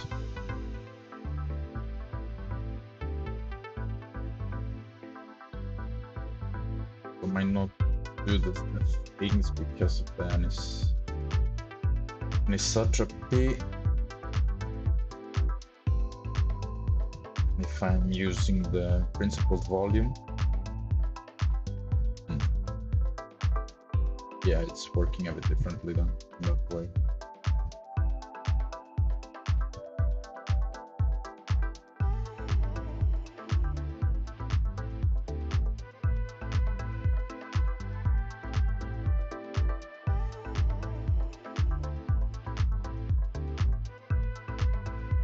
And I don't want a lot of the lights to actually affect the volume itself.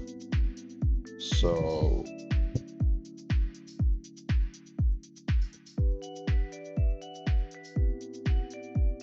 to be turning off a lot of them. For example, this one is already turned off. This one as well, we don't need it. This one is turned off. This one we don't want it to affect. We only want maybe even just like one light to be affecting the volume scatter.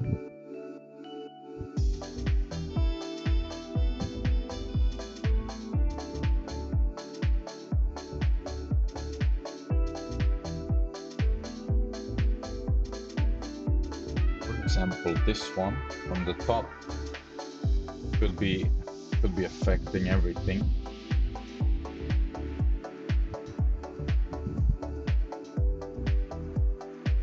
And as well this color.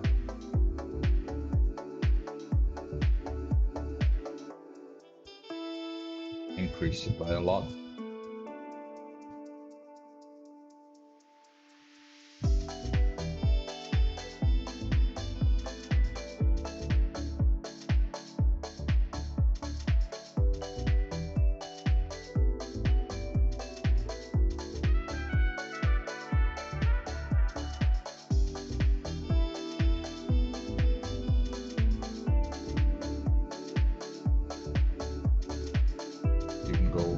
try maybe of a darker color here.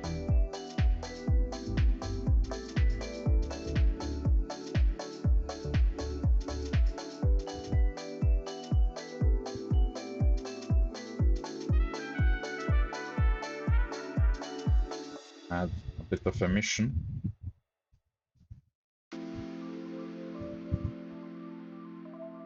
Volume. And then put this, the absorption, maybe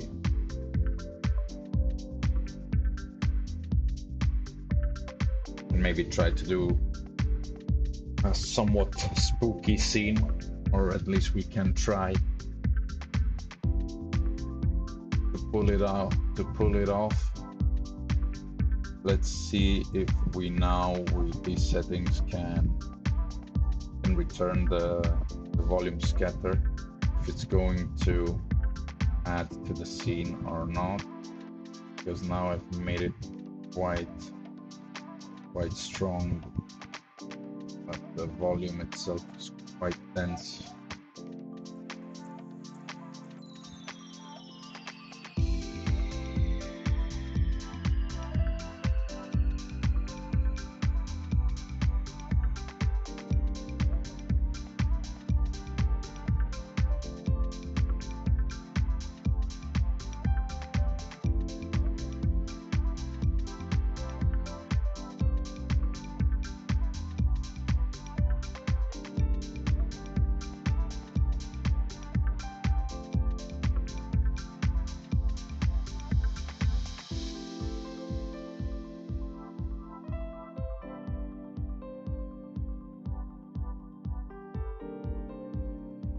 Play with the gradient texture here, vector.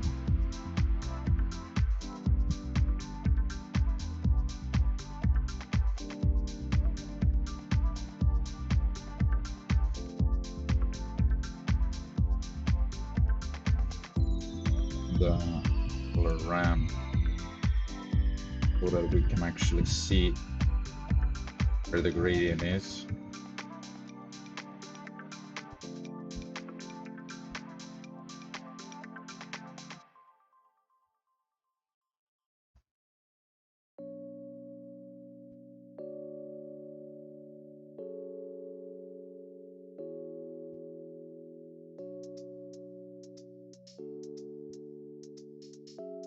Should be able to see.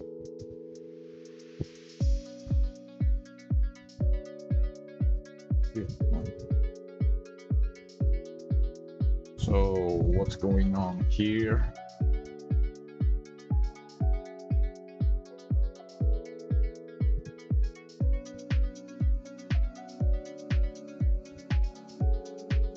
Okay, now we have a half of the gradient, and now we can increase intensity here or lower it. Okay.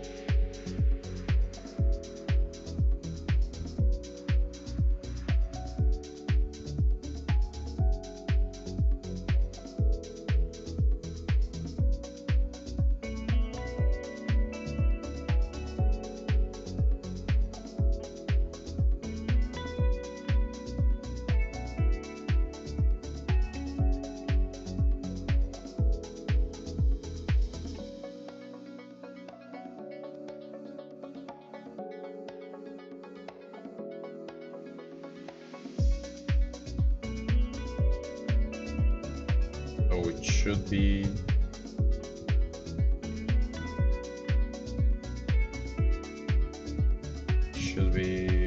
like this.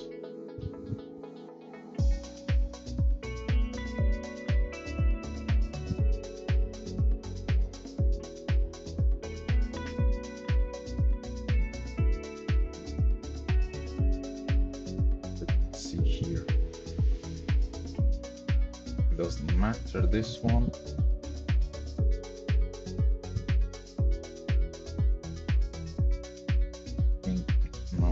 this one, and then factor is the gradient texture.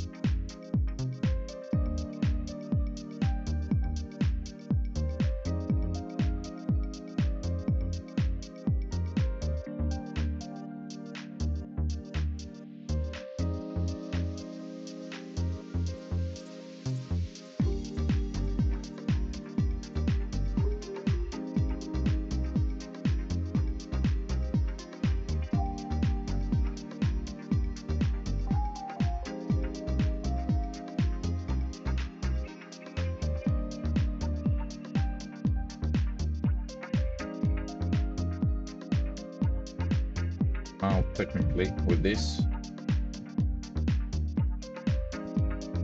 should work, but the intensity seems off. Is it because of the strength?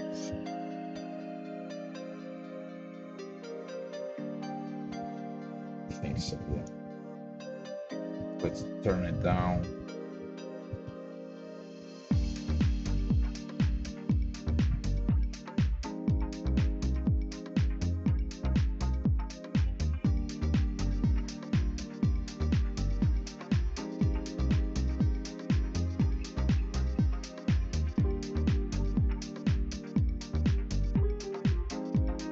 So we have a bit more variation going on with the whole volume and the density of it. So, well, we can leave it for now like this, and then later on we can add it back on top.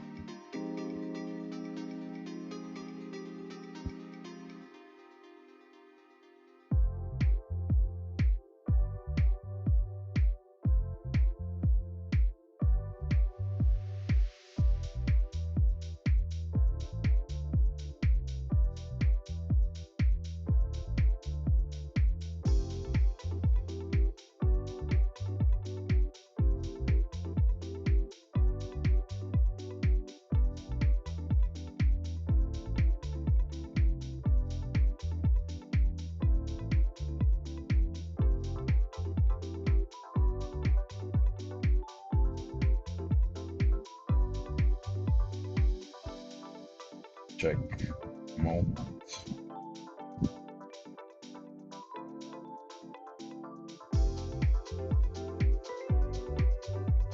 Or what is the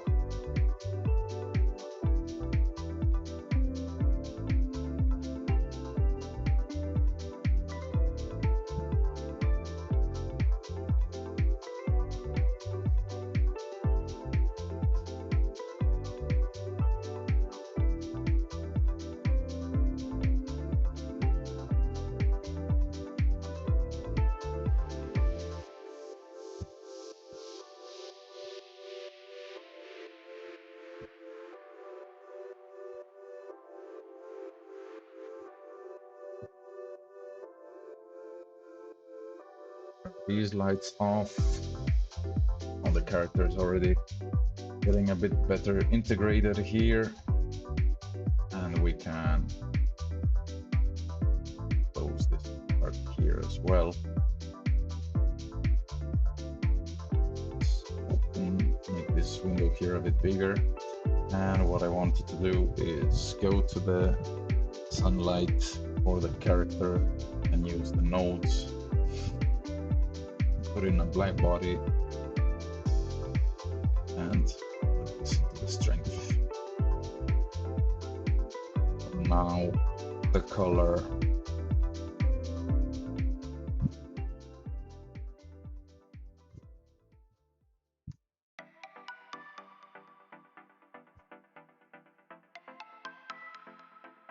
And now for this environment as well, piece, we can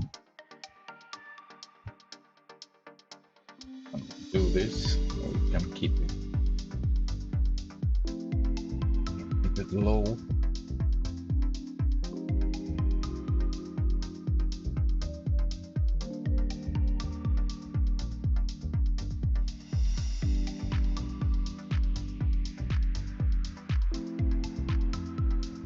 Let's see here.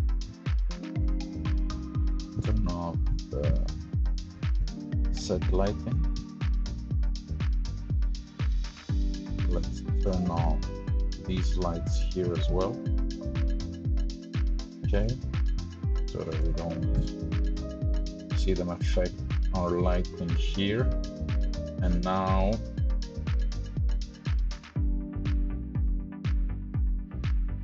nothing to the strength. So increase this here.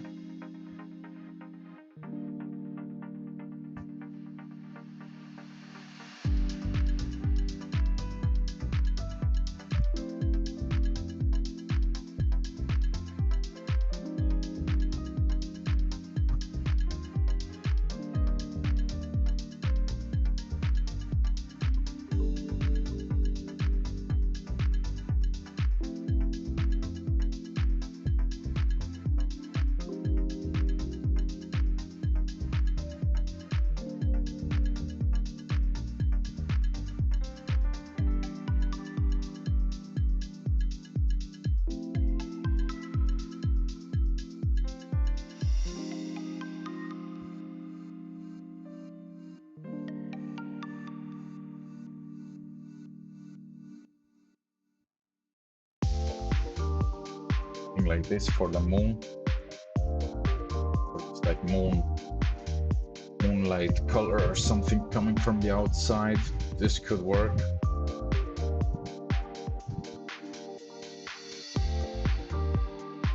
And then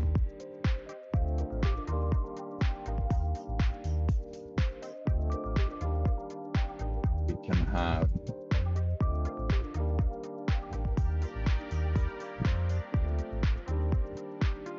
profiles like body here. Okay, let's go 2000, 3000.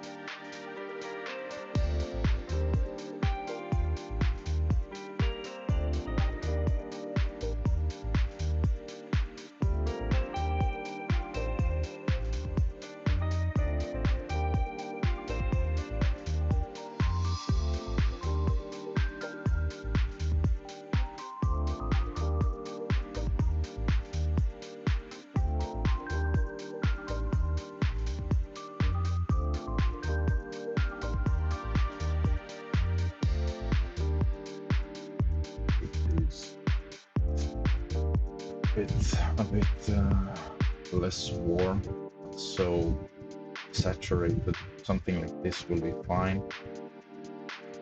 And then, so we have this one for the character, but it's affecting the environment as well. Shouldn't be happening. If I'm not mistaken, we should have here a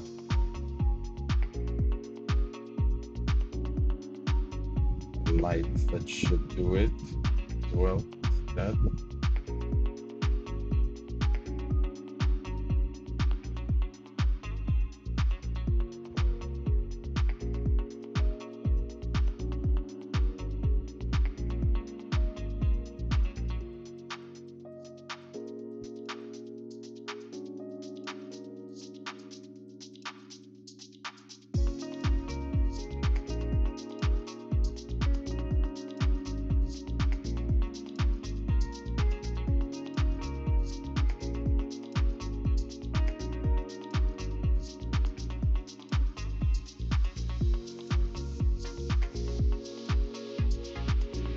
fix everything.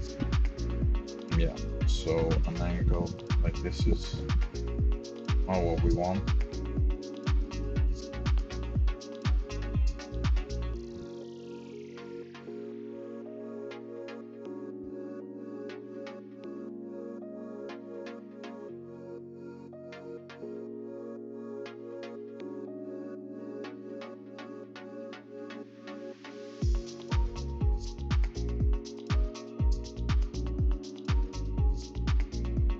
Like this could work in this case, and we could play here then a bit more with the shape,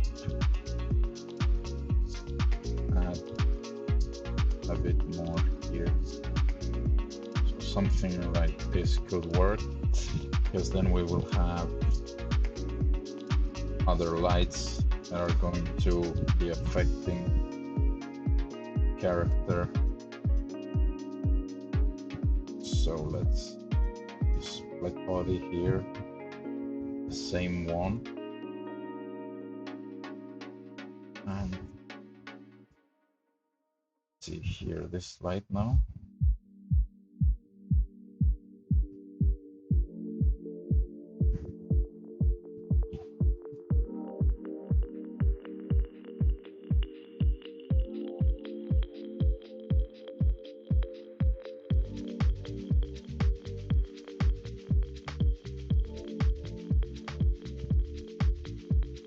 Only this one here on as well. It's here as well, since they should be the same. Now,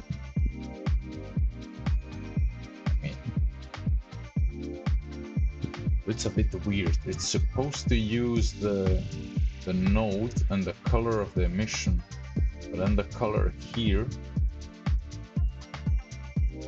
is being affected. I put yellow, it's yellow, but it should be this color. Okay. Keep that white.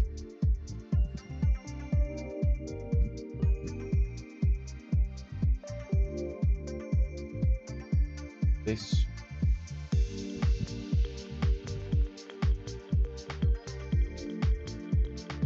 If I put 2000, it does change the color. It's not that it's not changing it.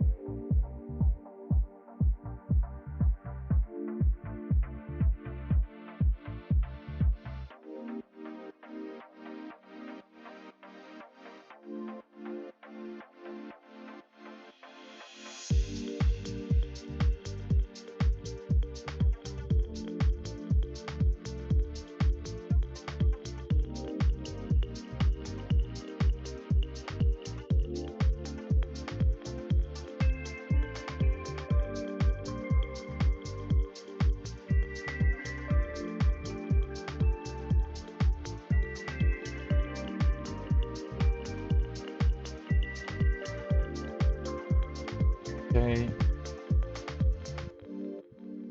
Have here another fill light. We have two fill lights for the mirror, but I'm not sure we actually should just keep one of them.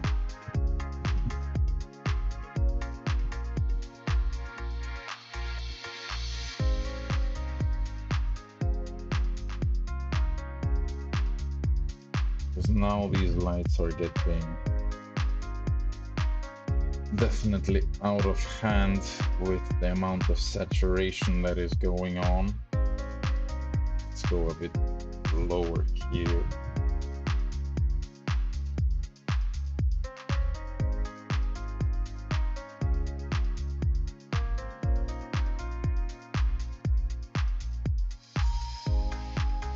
Use nodes here as well.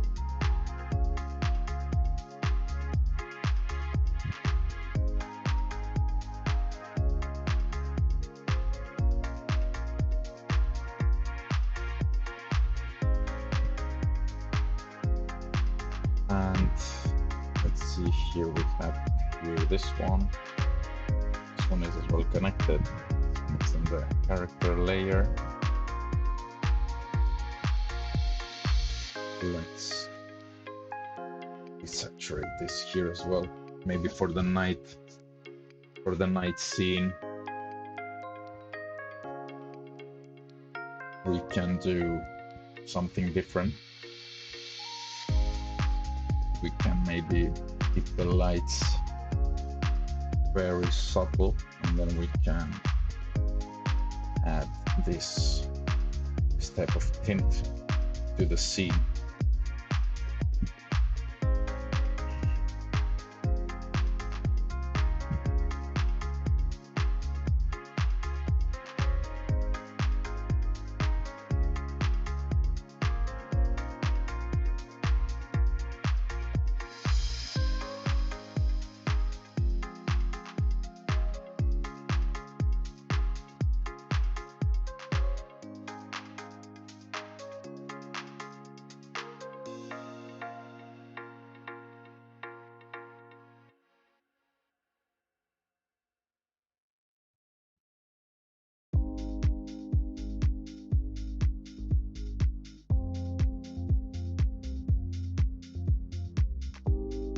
Does look like they're the same black body temperature, but the emissive is now different.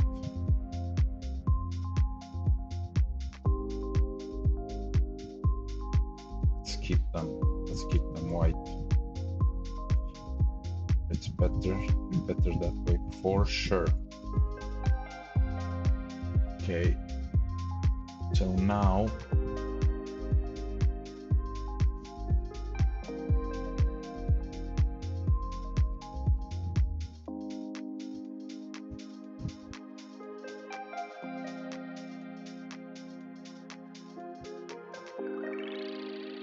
can have maybe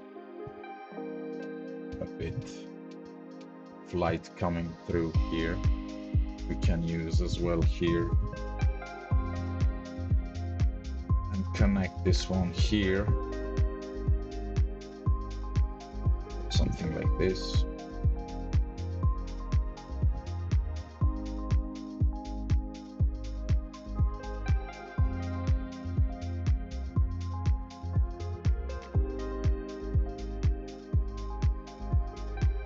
Bit of light coming there from the back. We might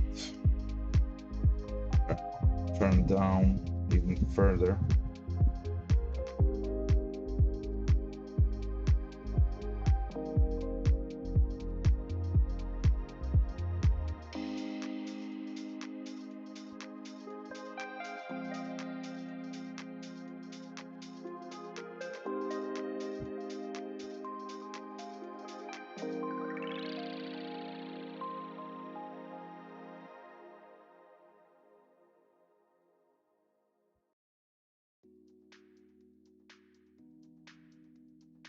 And let's see here, these two bounce lights that probably turn off.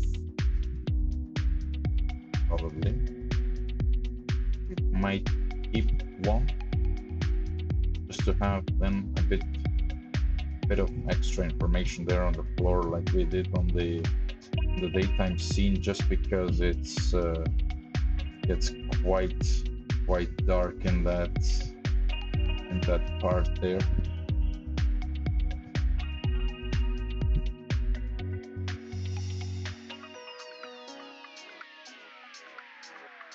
Have a bit of information there.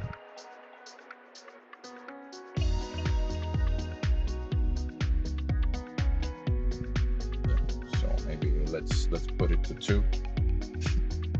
Let's leave it at that for now.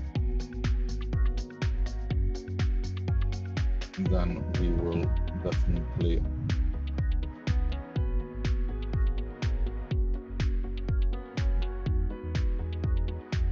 actually almost can't go any lower than that.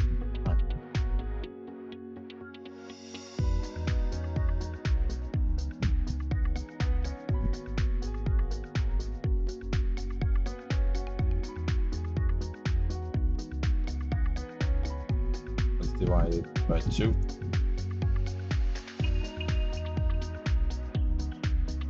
So that it's even more subtle. And let's see here now, this top light, this is what is providing most of the fog when in the scene, giving a bit more of this bluish tone to it.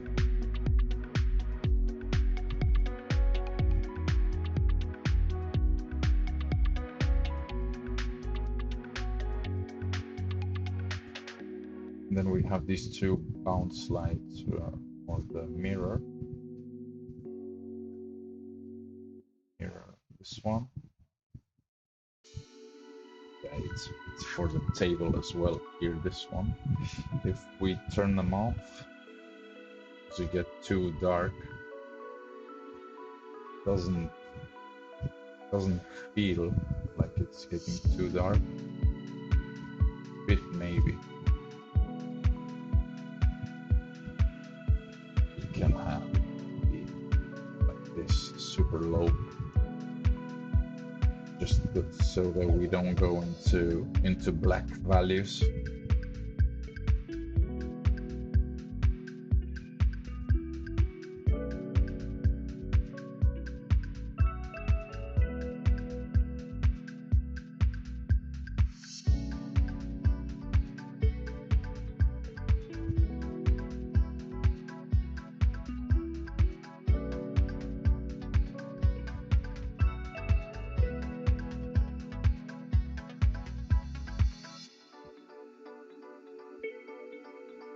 And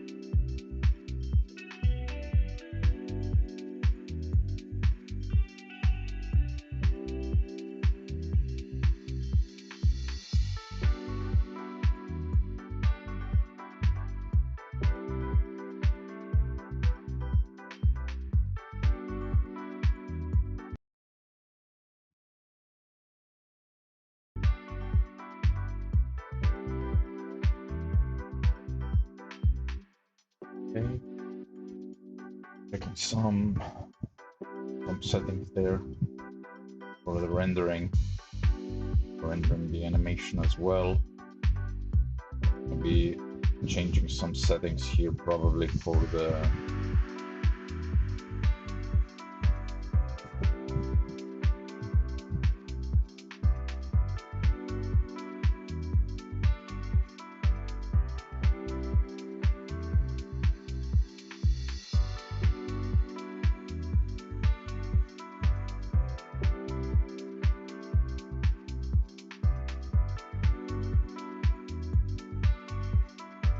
changing some settings for the renders later on. Let's leave this as is. These ones here for now as well. And we will be changing the samples for later. For now, let's keep it at 64 because we're gonna be rendering a low resolution version anyways. And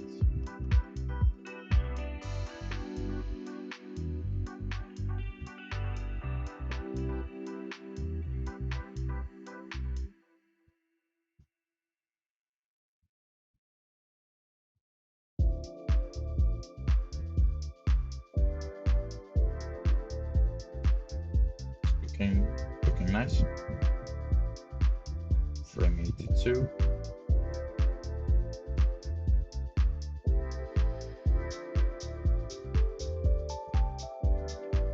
Here in this case we can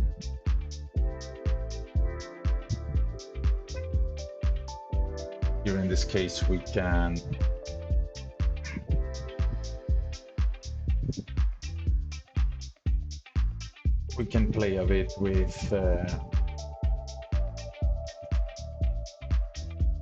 this part of the set.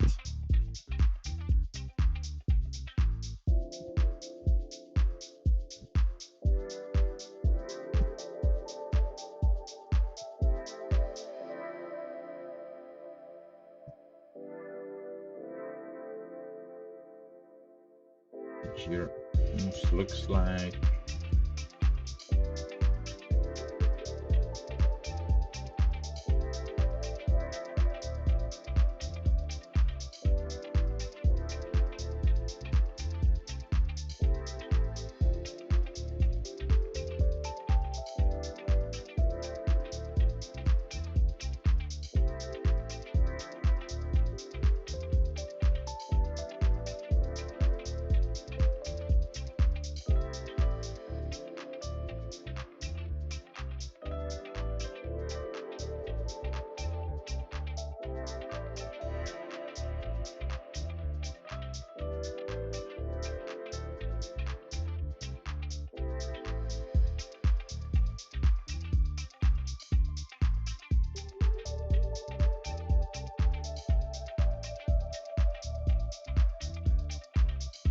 something like this that we can keep. We can have a bit of rim light going on, and we will be continuing in just a few minutes. I'll take a quick 5-minute break, and we're gonna continue for a bit more longer and polishing up the scene. See you in a bit.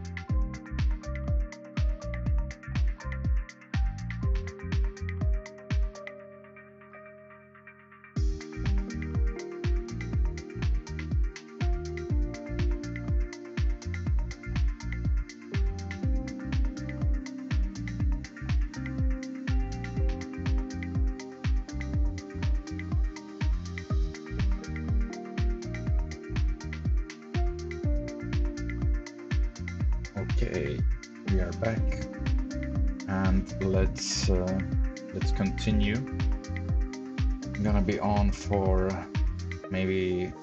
Okay, we're almost on for quite some time, almost 4 hours. So we can round it up, and let's keep going for another 10 minutes, more or less, and we're gonna call it for the day, and then we're gonna probably continue tomorrow. I'm yet not sure if I will stream as well tomorrow, or if I will keep focusing on setting up everything, doing the test renders, and so on. Oh, and we'll need to do a render of this amazing scene, this amazing shot here. I didn't know that his eyes were actually done here. Didn't get animated. It would seem missed just one frame here for the eyes.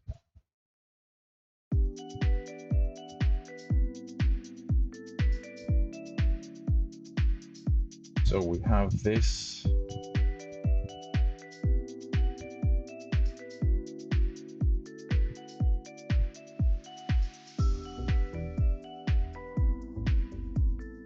And yeah, we can keep the bounce coming from this side here for the character.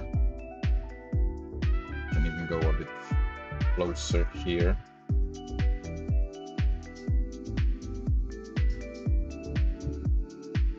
Position it here to have a bit of warmth coming from the left side, and let's change the angle. I would like to not have this reflection here.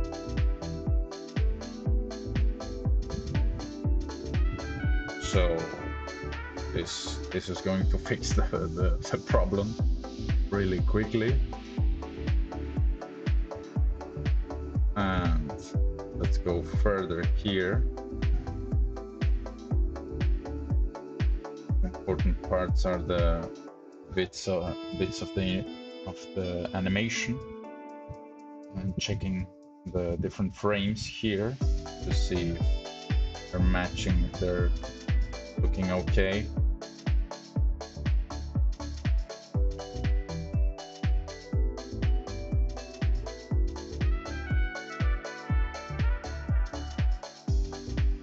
I'm not sure if this is because of the subsurface. Let me just do a quick check here.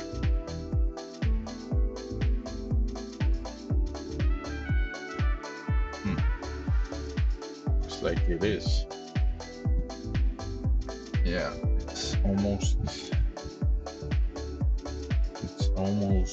too strong.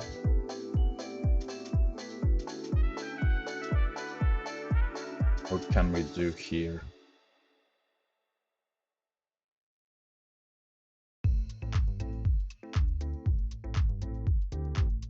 I lower this part here.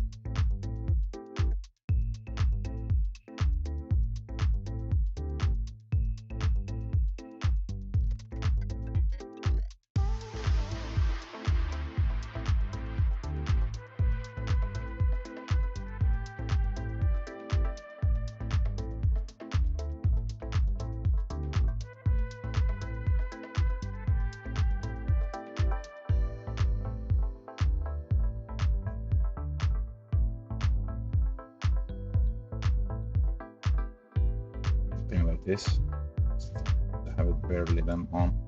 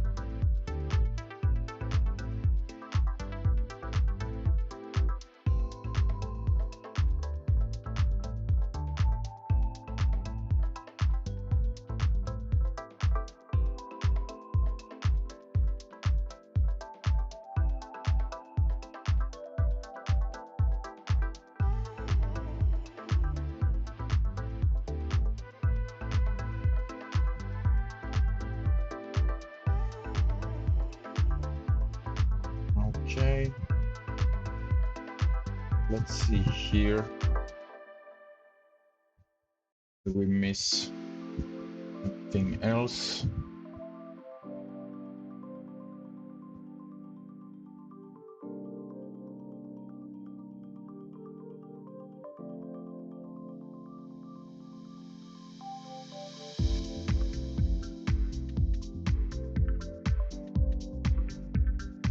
Have the part here in the back.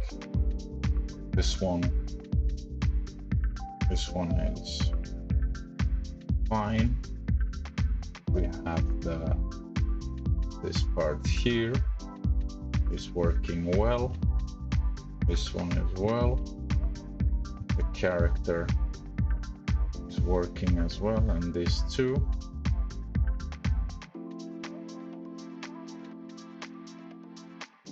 And the set, what we get then with the set as well. Yeah, all in all, quite well. Let's see.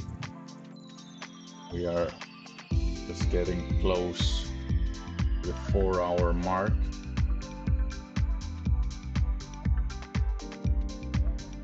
We have time. We can do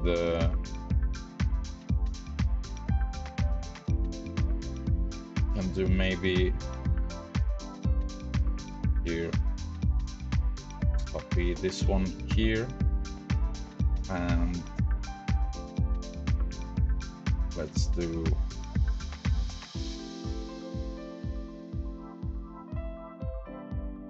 like this. Do a quick render. Let's set this to 50. And let's see.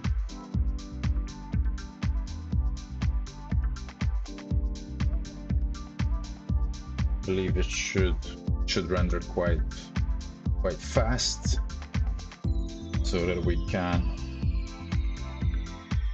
update the pure ref.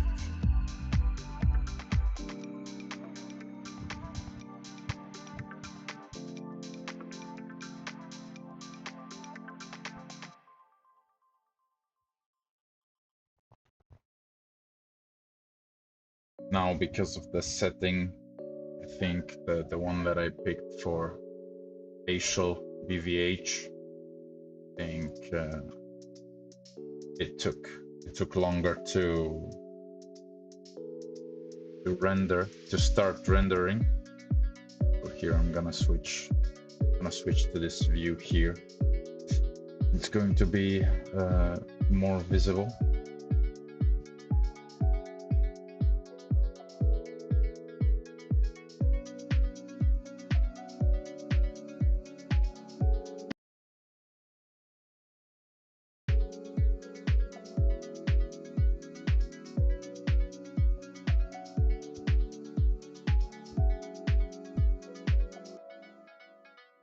It's gonna render 1 minute more or less, so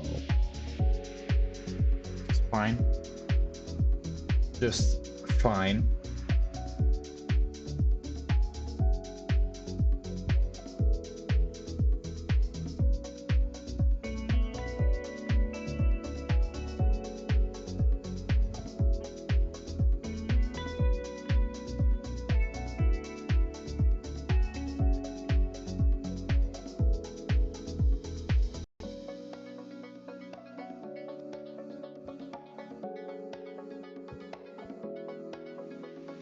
And since we have the volume on as well, normal, took a bit longer.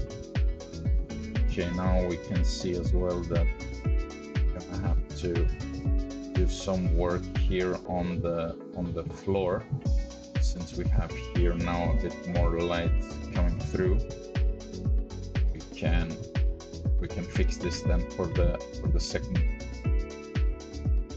other second pass.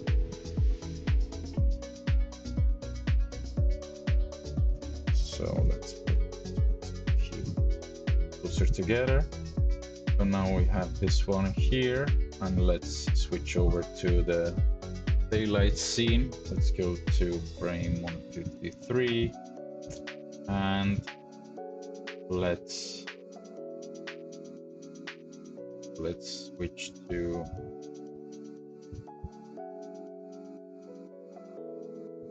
see here the outliner.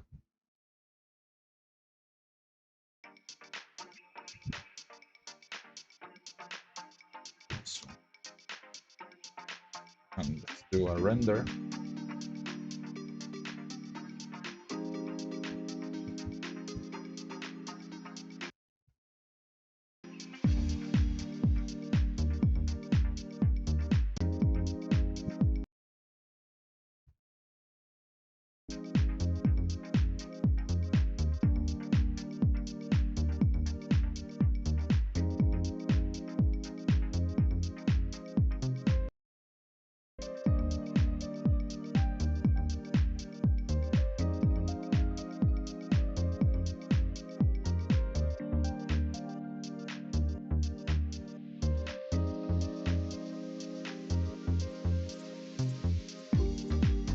Have the volume turned off here, but that's okay.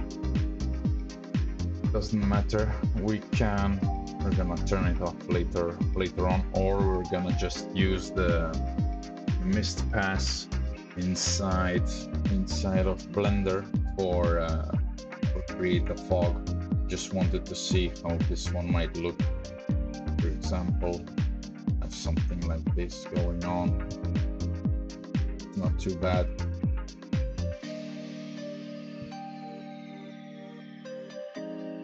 Yeah, we have a nice contrast here from the version that I initially started. So the new one is already matching more more of a night setup. And even with this one, then we can play further and maybe add more contrast, the vignette, things like this to make it pop more.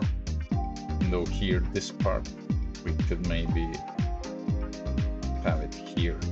This contrast could work nicely. I think the volume is lighting up quite a lot the scene just because of the emission that we put on. So it will be something to take into consideration, and maybe even removing it, like I say, just for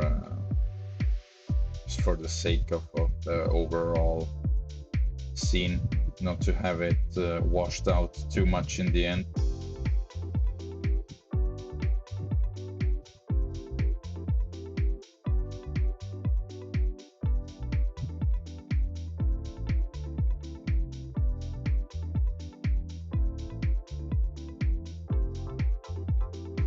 Props.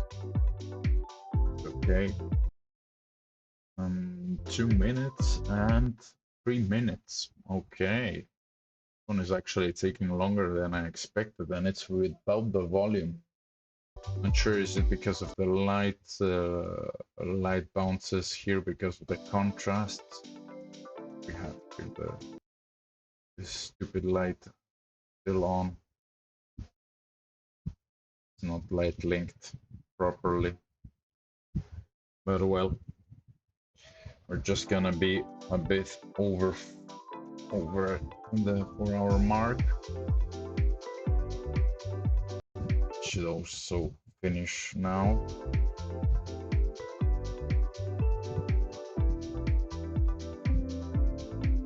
And yeah, we've gone quite a way. It's nice to see the progress so far that we've made since the first scene. So this is when I started changing and adding materials, changing the basic shaders that were assigned to everything here,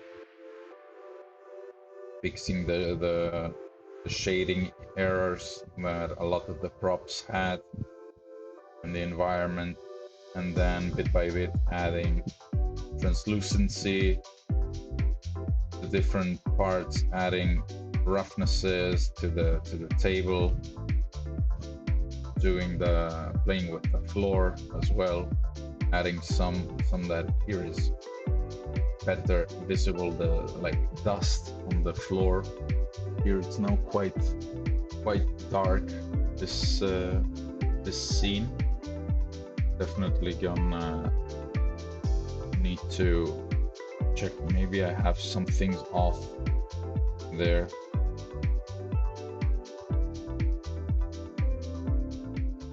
To tweak this a bit, and then yeah, playing further with the and fixing the materials, fixing the shader issues. And then we already started playing with more with lighting, and here with the mood, then a bit testing out different scenarios, what could work, what looks better, what not. And then this one was a point where more or less is a nice setup here. Here we had the nice lighting here going on the table that we could replicate, because here now